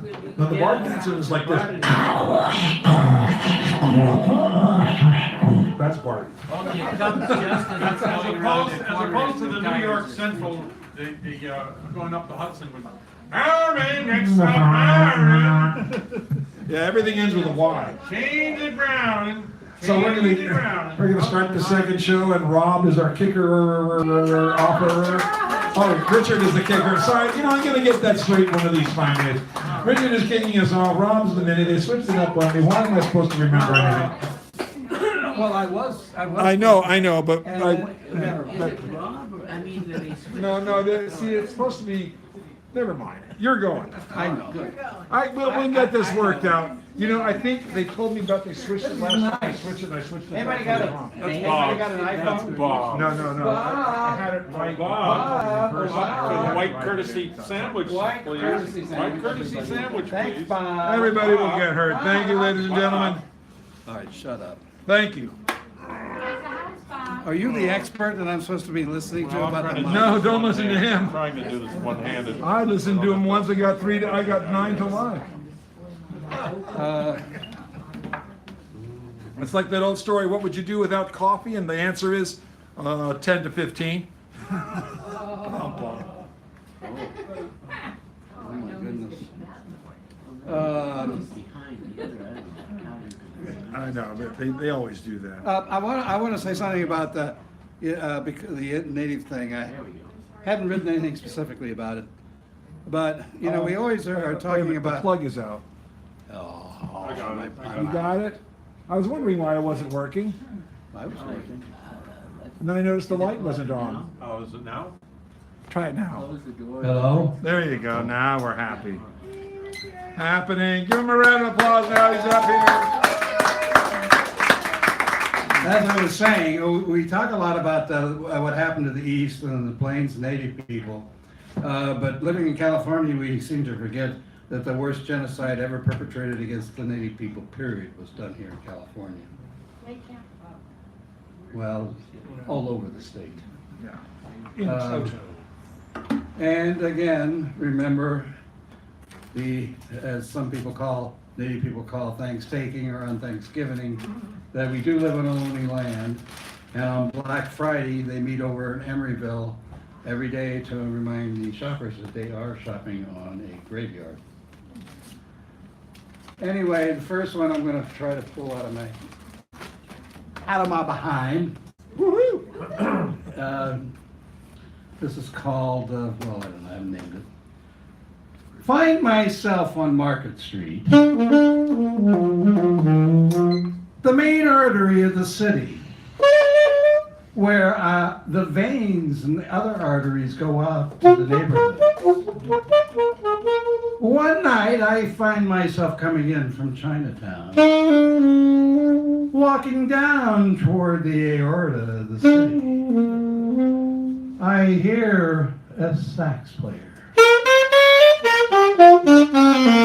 playing sax blocks away, notes wafting, curling, going straight, walking down to where the sax player is. People walk by, some hear, some see. Most walk by, do not hear, too busy. But this sax player is extraordinary. This sax player has all the emotions in his horn. And when you listen to him, you can laugh and cry and feel the joy. So when you walk by him, give him a hello. Reach in your pocket and give him some dough.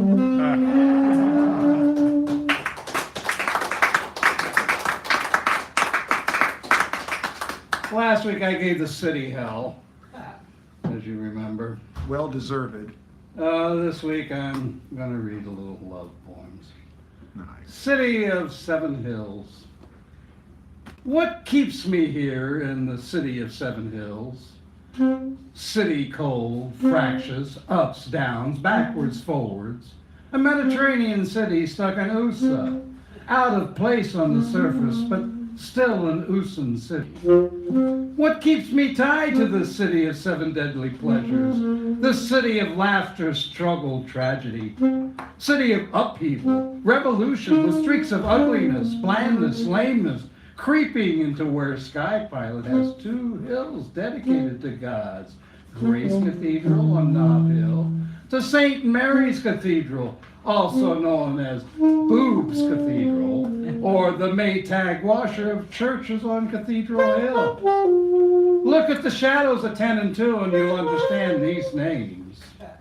What keeps me here were 7 days a week in this city of 7 arts, dancers, writers, poets, musicians, playwrights, painters live, while they hold on to a city that forgot how to appreciate what they have until they don't.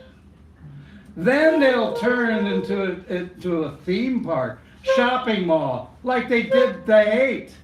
Oh, the shows we could put on if we artists and lovers ever got together. Yeah, we could show the world.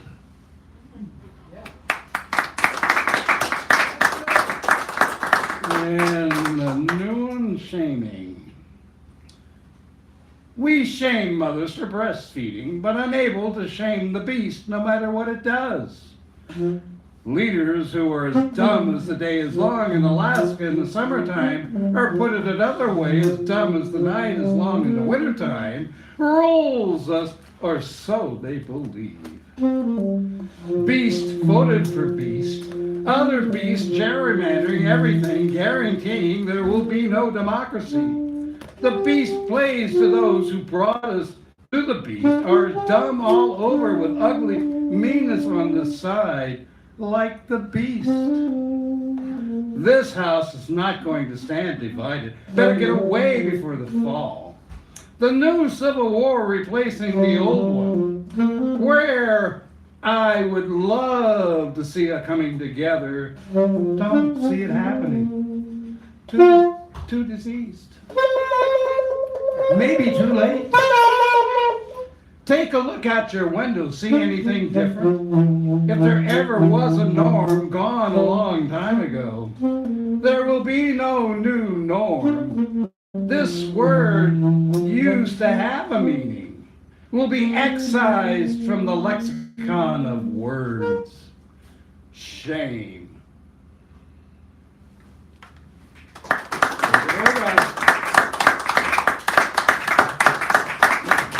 Ladies, stand around.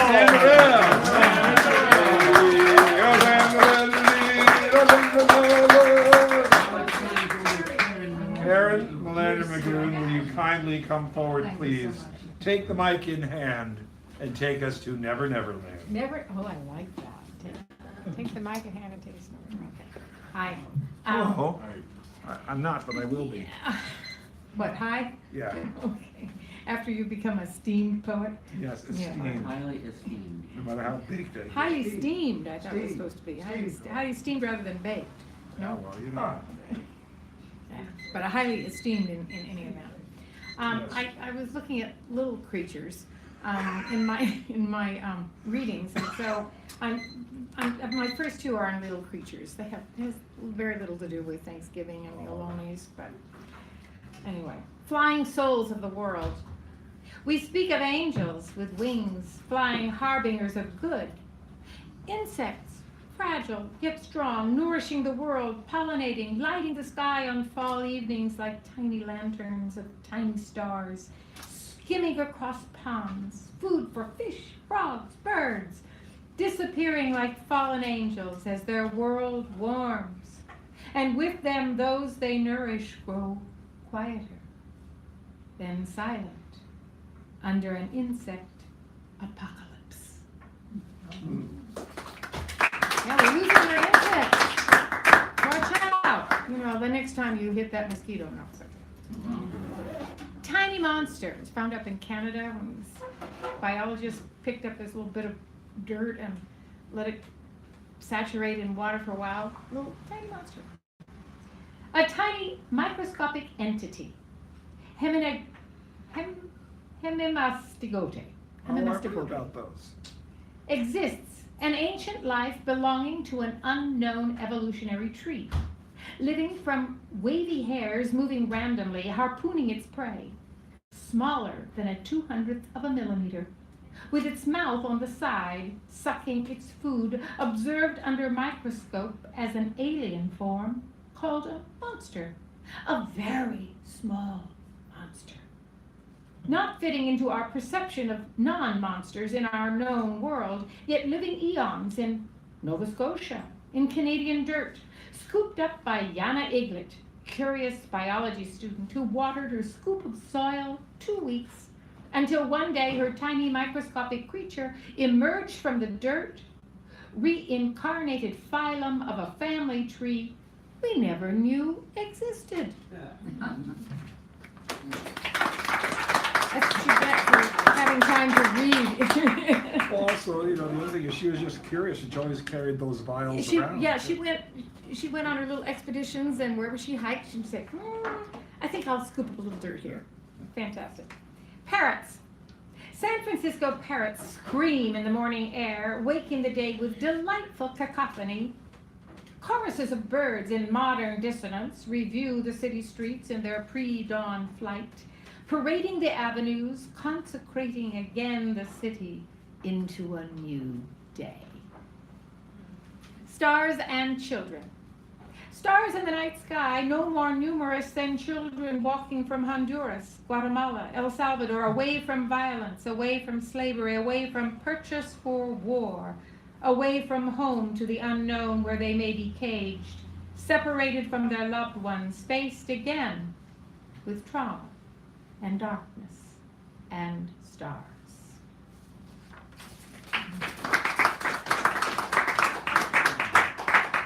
Quiet, these are all stories. Quiet allows us to grow like tiny plants, reaching quietly for the sun, our roots silently stretching beyond, beginning our thread fibers flung as whispers under the forest path, embracing, throbbing, communicating quietly. I see the moon. I see the moon outside my balcony. I see the moon waning in her brightness, discreetly turning aside from the vanities of earth. Tonight she rests on a cross of light, starless, presiding over scattered souls, dissolving in memories of yesterday. Lost. Clutter. Lost keys. Lost hat. Found. Happiness is a found thing. Anything lost. If only those we grieve could simply be lost. and found again in a forgotten corner under a magazine left in the car, left at a coffee shop, found after a phone call saying, I think I left my life on a table there, packing up my things and talking to someone I love, just sitting there at a table or a chair while I took my cup to the counter, thinking I was alone with my thoughts. And you were there all the time, not gone, just lost. And I could find you again. Thank you. And Miranda Magoon. And now we have Rob, and then Nikki, and then Rob. Because no, Rob, then Nikki, then Richard. There we go. He's just he gave us this. That was my note. Yeah. But he's not actually here. No. He, I just want that's I looked that so I remember who gave me this. Yeah. How are you, Rob? Okay. Are you gonna sit in the chair again? Yep. I'm gonna focus on you, Rob. Just so you know. Yes.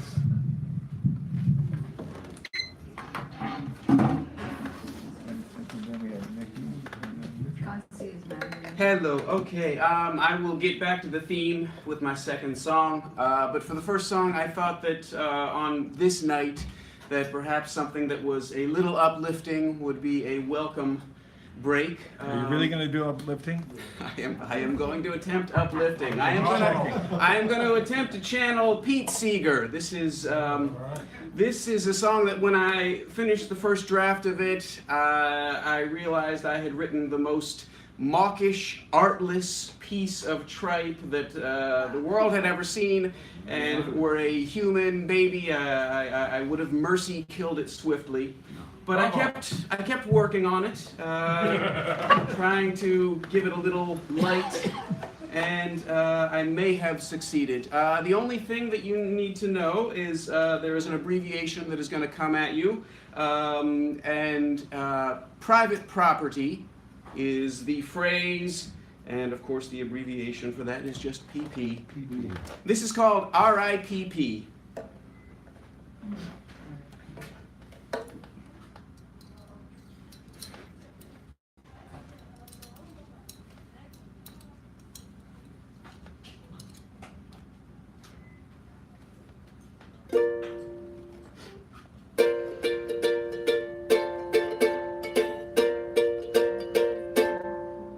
There's only one way to save the world, R-I-P-P-P. That's the only way to make everyone everywhere free. There's only one way to heal the land and sky and sea. There's only one way, R-I-P-P-P. We shout that we're the smartest. I don't think that I agree. If you went to another planet and saw creatures just like we, you'd call them cannibal weeds. You'd run away and flee. But the world can be saved if we R-I-P-P-P.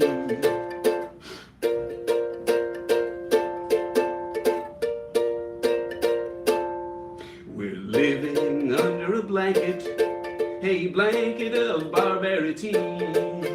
Nobody's guaranteed love or security. It makes us selfish and afraid. We act horrifically, but that's not who we are, not what we're born to be. Under our blanket we just want to play and give our help for free. That's who we are, just a silly sharing monkey. But we're running out of time to redeem humanity. We're running out of time to R.I.P.P.P. Tell the hoarders that it's over. have no validity. We don't need a revolution, the change will come instantly. When we all decide as one, this nightmare comes undone. Relief and joy will reign when we are at PPP.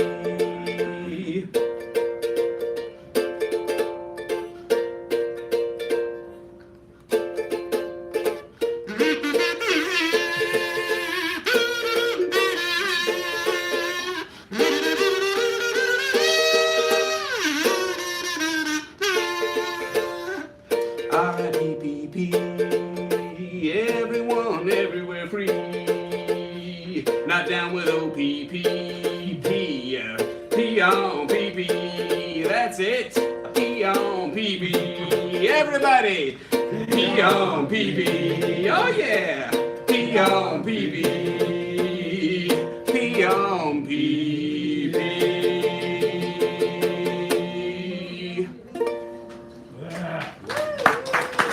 Be on TV. And finally back to the theme. This is another one that you're welcome to join in at the end when I get to the title of the song. Please feel free to shout out the title with me.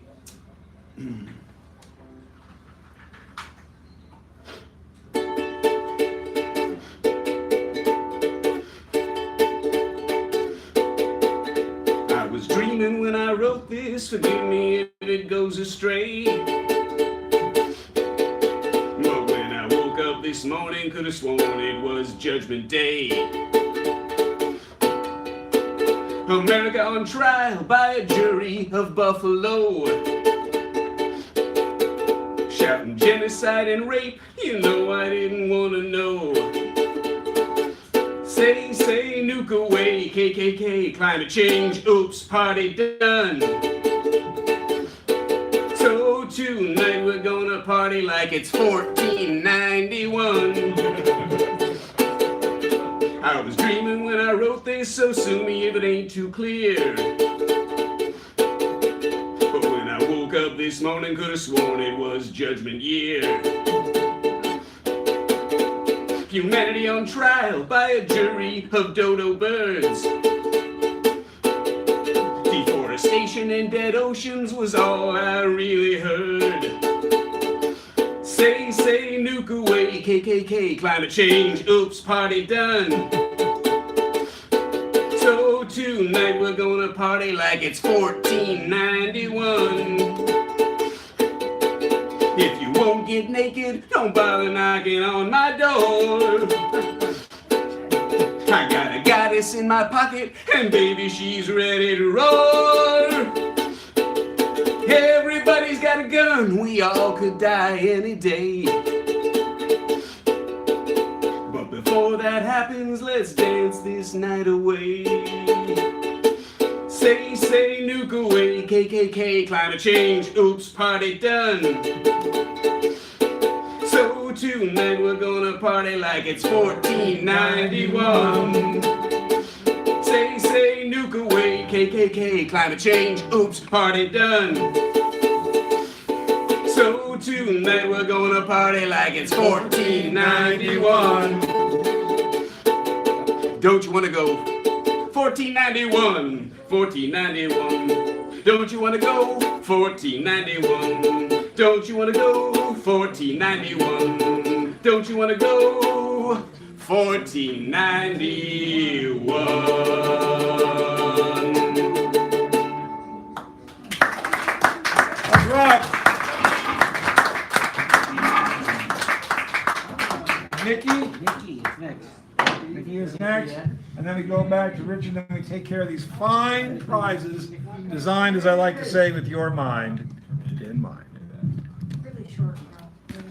Really short. Oh, hold on a second.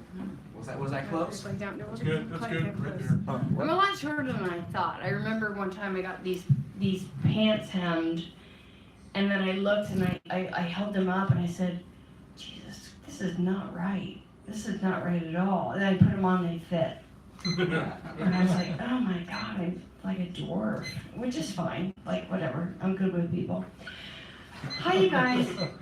Wow. Okay, so I just want to experience something this evening with y'all.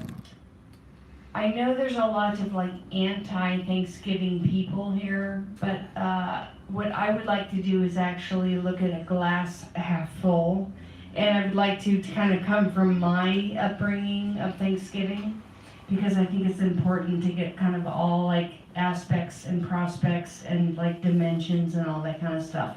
Like, we're all entitled to, like, you know, our experiences, right? Which is great. I honor your experience. I honor your experience. I really do. But my experience was this. Like, Thanksgiving was always a time that you just sort of like came together. And you came together and you had gratitude. You had gratitude and you're like, you sat down. I was always at the little kids table, which is fine. I mean, I'm still at the little kids table. Like, you know what I mean? I'm never invited to the, like, meet the big people party, you know, which is fine. Because you know what, I'm strong enough. I'm strong enough I can handle that. Anyway, so I'm just saying with Thanksgiving, we're here.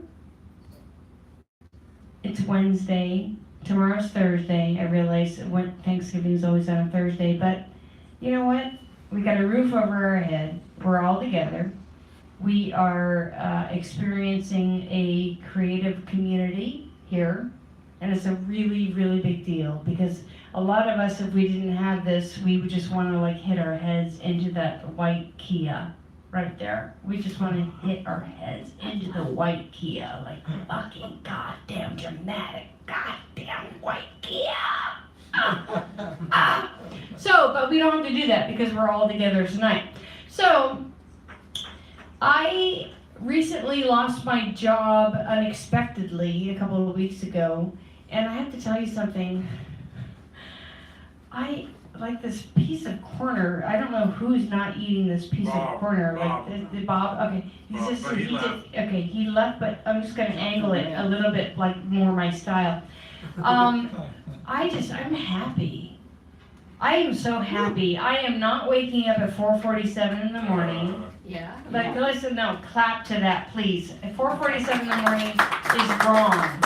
Like, that's the hour that you wake up to take your dog out to pee because he has to pee, and you're like gonna take him out to pee, but you're like, I want to go back to bed. But I couldn't ever go back to bed. So I've been going back to bed, and my dreams have not been as violent, which has been awesome. They've actually been sort of like weird and quirky, but not violent. And I want you to know something, like, I'm Nikki Addis, and this is a big freaking deal. Because if y'all have been within my own being for the last 48 plus years, I will tell you this, it has not been fun to go to dreamland with me whatsoever. So I had a therapist once, only because I needed medication. So, like, basically it wasn't a therapist I chose, it was a therapist that I was stuck with to just try to get medication, right? And I was like trying to explain to her, I'm like, listen, doc, I don't want to be on this medication for the rest of my life. I said, but I need a lifesaver. Because if anyone is in this room, it's every single person and every single human being who's ever needed a lifesaver. Because we're all human beings and we've all had really dark times. I'm Nikki Addis, I've had dark times. And I will say that I raised my hand and I said, would you just please give me something that will not like numb this, because I feel like you numb this and you numb being a human being. Do not numb this, just numb this fucking thing up here, right? So, I numb this fucking thing up here, and she would say to me, she'd be like, Nikki, wait, it's important that you do not, you have to listen to the brain. Listen to the brain, because the brain will tell you stories. And if the brain tells you stories, association. It's not good. You associate with the sound. You associate with the sound. And I would say to her, I'm like, listen, Doc, it's not for everybody, get it. So she's like, try to rewire your thinking. And I did just that. I've worked my ass off. And I'm not 100%, because I don't think you're ever 100%. But what I love so much about this open mic is the vulnerability and the openness of this open mic. Because, that is me. And that is why I actually come back here, because it's not a stage show. Not that I'm not funny and I can't put on a stage show, but it's very raw and it's very real. So when she says, trust the brain, don't rewire the brain, you have to think about the brain. I was like, okay, I will, I promise. So, I'm not on that medication anymore, because you know why? Because I trust my brain. And I knew how to rewire my default system, and I practice it every day. And I am here tonight because thank God I don't have to get up at 4:47 tomorrow. Oh, hallelujah to freaking the Jesus of whatever you want to even pray to. I don't even care. Anyway, I'm Nikki Addis. Thank you so much for listening. I had a really great time. Thank you, Nikki. All right, Sam Morrell closing us out.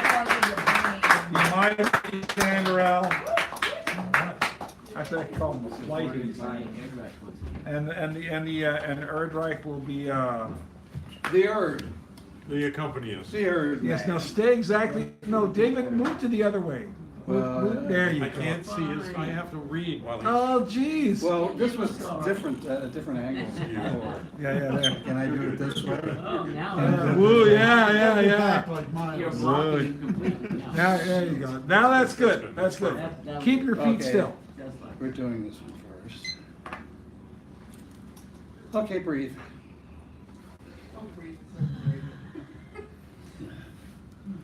This was called, this is one I read a long time ago. Well, no, 2018. Okay. Called Wiping the Tears, or Wiping Up Tears. Wiping tears, letting them flow into waterways until all water is recycled to the tears of the living. Wailings of joy, sadness tied to corners, turning into boxes of the drowned. Yes, even in tears of joy one can suffocate. Immerse yourselves in love. What better way to go a go-go as you swim to the surface in joy, ecstasy of breathing in, climax. Those who think they can control you will not. You've tasted freedom to laugh, cry, scream, yell, love, loathe. Weeping, not fear, is cleansing of mind. Heart becomes stronger, beautiful in its lessons learned, then join the struggle. If sincere in mind and heart, you will be welcome. Learning lessons of the Lakota ceremony, wiping away our tears.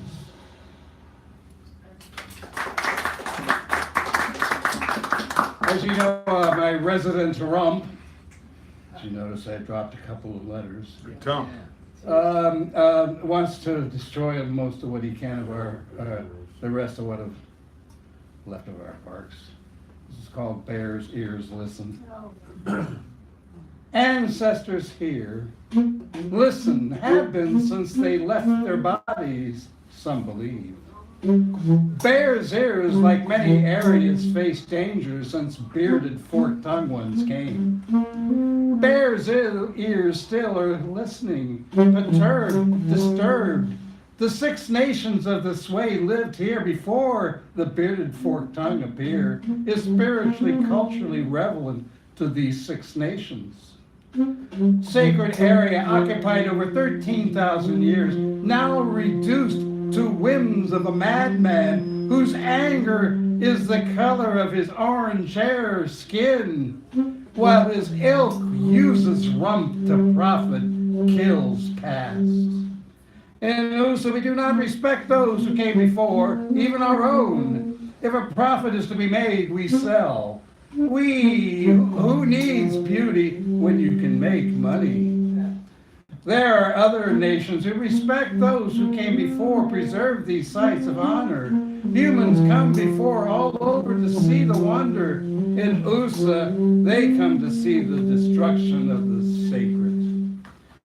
Remember a coming together, protect, honor, and joy, so 7 generations from now we will find the joy, pleasure at Bear's ears. This is the 7th generation that supports the 7th generation from today. And I'm going to leave you on a little humor, and depending on your point of view, this is called Jesus Wear. Many new products come out in USA daily. I've made some slogans to sell for yet unborn products. One would be Jesus Wear. Put it on and you go, Jesus! Bringing back cloaks. Purple will be the color of Jesus, wear for royal fame. Even in the so-called Christian country, if money can be made, we sell. Just ask reverends, priests, bishops, cardinals, popes about selling fashion. It's good to look good, so people will want to have sex with you looking so good. Vestments. Jesus Wear that denies pedophilia, crooked banking procedures, cruelty, genocide. After all, Jesus tells the truth according to Paul, whose church it really is. Perhaps we should be calling Christians Paulists. Yes, Jesus Wear. Wear it, fill it with guilt, pride deflated, but oh, it feels so good. Ooh, Jesus.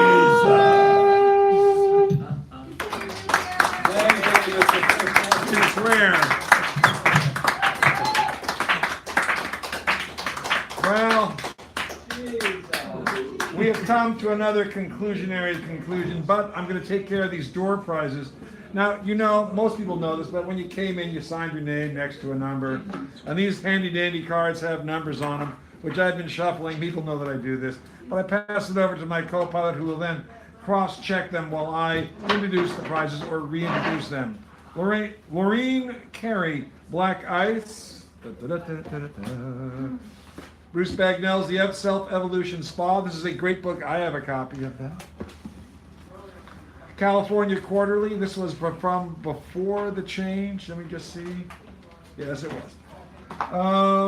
A Sky of Late Summer, poems by Henry Rago. Within the Shells, calligraphy poetry with keys to the verse. Now, if you look at it, see, it's not just ordinary print, just so you know, it's fancy calligraphy there. Not concrete. No, not concrete at all. Lady of the Beast, poem by Robin Morgan. And of course, there is Nature Conservancy, California Dream, the securing of 24,000 acres of critical coastal land, which I say all land is critically coastal. Yeah. And then, of course, there's the mini feature, choosing the theme, the co-pilot, the keynote, and of course, the last word. So, the scarf. Oh, and the scarf, sorry. And the scarf. Multicolored, organic, produced in actually it was a gift to me that said to give, huh? Is it gluten free? It's PVC free. It's PFC free. It's epoxy free. It's epoxy free. It's resin residential. It's organic. Don't panic. And it's not Hispanic. Mitt Romney wore this one. Mitt the Snip. Now it's gonna go. We're ready here. Closing off his door. Closing his daughters? What? dog. Oh, I thought you said hosing his daughters. That's rude. Nasty. All right, so we are ready. Oh, we have Britt Peter. Number 1, Britt Peter. The first call is number 1. He comes up here, takes what he likes. Okay, I'll take the mini. Oh, he goes for the mini, huh? All right, thank you. Oh, just take one and pass one. This is an idea I have. It's called the Global Open Mic, and it's something I'm thinking about and I have been working on. So that's the basic information about there. Global Open Mic. Global Open Mic. So next week we're in China? No, you have to look at that's not anything to do with this. So to speak. Wait a minute. What he just? Oh, the mini is done. Okay. Number 6. That would be Buford. Buford Bunton. Okay. Let me. What's the first thing? What? The first, Oh, the keynote. Yeah. You want the keynote? Yeah. Okay. All right. Okay. Well, there we go, Owen. Okay, next. Keynote. 17, yes. 17 is, is it Rob? It looks like Rob. Weren't you the mini Rob? Yes. Yes, then it is Rob. Thank you. The theme next week is Home on Derangement.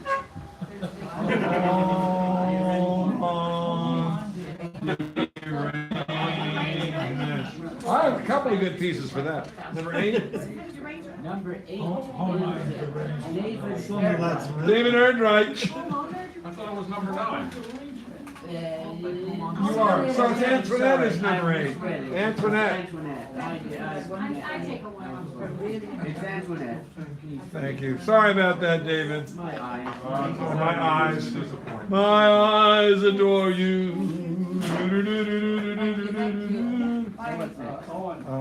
7 is me. All right. Sharon Scott Kish. Oh, thank you. I got 6. You know, it's fun. I'd like to see it. You can wait now.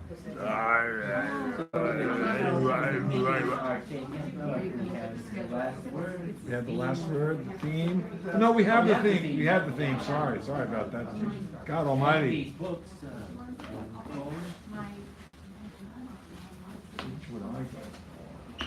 Are you guys taking the bus back? Yeah. I do. You're a little late. You just went back. No, I don't know anything about that. The 5 brothers.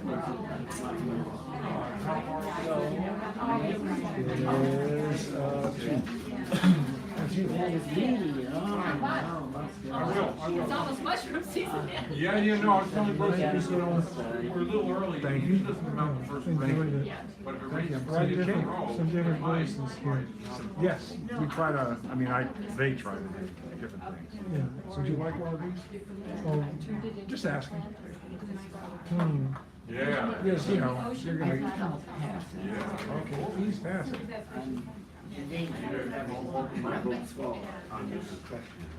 All right, that's I got shells. Yeah, you did. Thank you. Nikki? Well, I might just probably on the center. Ding, ding, ding, ding. There you go, very good, thank you. And Bob is not here. Bruce, you did win a prize in case you just got your cups up, but you didn't want to do a book, right? Oh, you want a prize? Yeah, he did. But you can take a prize. Oh, Kathleen wants one. Yeah, take one for her. Because that's legitimate. You take it and give it away. No, I'll read it. That's what I mean. He's taking it to give it away. Well, There you go. There we go. all right, next. Sandra, oh no, yes. Sandra L. Come on down. Come on down. Richard. Probably in the head. Probably in the head. How about 11? How's them all sitting up like this? You're not even, you're peeking. No. This is that'll light up. This is 26 and this is 11. See? Flipped over. That's all. Well, if the house is on. But if you're looking at the number, you could cheat. I could. You could put number 9 on top and then pull me out. Pick something. He's taking a million years. No, he's taken a million years. I think. Number 9. Antoinette, oh no. Just kidding, no, I'll wait my turn. I'm a greedy guy. We're waiting for a million. The guy, he's just standing there. Richard, you're up for a prize. You want a prize? You're gonna just. He's got a prize. Oh, well, He is a prize. Nicky got that. I think he's a prize of a prize. He's been apprised of his prize. But since Nikki chose. Well, I'm gonna give her, I need to give So her. now Richard gets something else. Yeah, exactly. He can get something else. Fair. You Oh, want they to say in France? Lady of the Peace. Co-pilot, last word. Oh. Last word. Last Oh, word. last word. Last word. Handrails, Bring your sacks. Bring your sacks. I will. Bring your sacks. I will. Nobody I'm took not it? sure, there may be a, Oh, no. Don't no, give us there may the- be don't give us circle the- thing tomorrow, next week, I'm not sure. I can't do it without you. All right, so. I can't do this without you. Yeah, you can. I can't do it You without can do it without. Owen? Owen, yeah, Owen is Owen. next. We already got 11. Did 11 come here? Yasmin, is she's not She here. gone, she gone. So, One of these books or whatever that is. I'm gonna show you something, because you turn them up like this, number 9 is on the bottom. no, it's not. How can you tell it's not? See, it's not. Just enough to not get a prize. No. Well, Owen got his. There's 13 here. 13. I already got him. 9, see? 13 already just. That's why you're not supposed to have the numbers up, so you Oh, can't Jesus see. Christ in a hamburger. I'll take one, I have this. You don't have I that. don't like that. What is Lady of the Peace? I What don't know. It's just Could be good with a pattern like this. I want to do the theme, but I know it's already taken, so I'll co-pilot. co-pilot. But I'm not sure I'll be here. If I won't, I'll let you know. Okay. Co-pilot must be chosen On the spot. See, if you can. Probably will be here. but Hey, I'm does not anybody want these? Because they're going fast. They got. It's good. It's actually pretty good. The Nature Conservancy. This is a good. This is it's a very good issue. informative. I read it. It's good. Worth reading. Tommy. Lady of the Beast, it's yours. Yeah. Okay. am the beast. Sky of late summer. Hey, a sky of late summer. Hey, sky of late summer. Hey, that Nature Conservancy for you. Sky of late summer. You can have that great prize here for Antoinette. I don't think I get called. I never get called. What's your number? You're 16. No, you're not 18. I got one. You're You got 14. another one. I just wanted to. Yeah, you were the last couple. You gotta pedal a little bit. Pedal. Thank you so much. So this guy. Thank you. Yes, we are through with the awards here. 13. I will. Nobody out. We're gonna plan a time. We're gonna be in touch with you in the next 3 days, man. So we can do. Okay, that's a good idea. Because we really some man away from.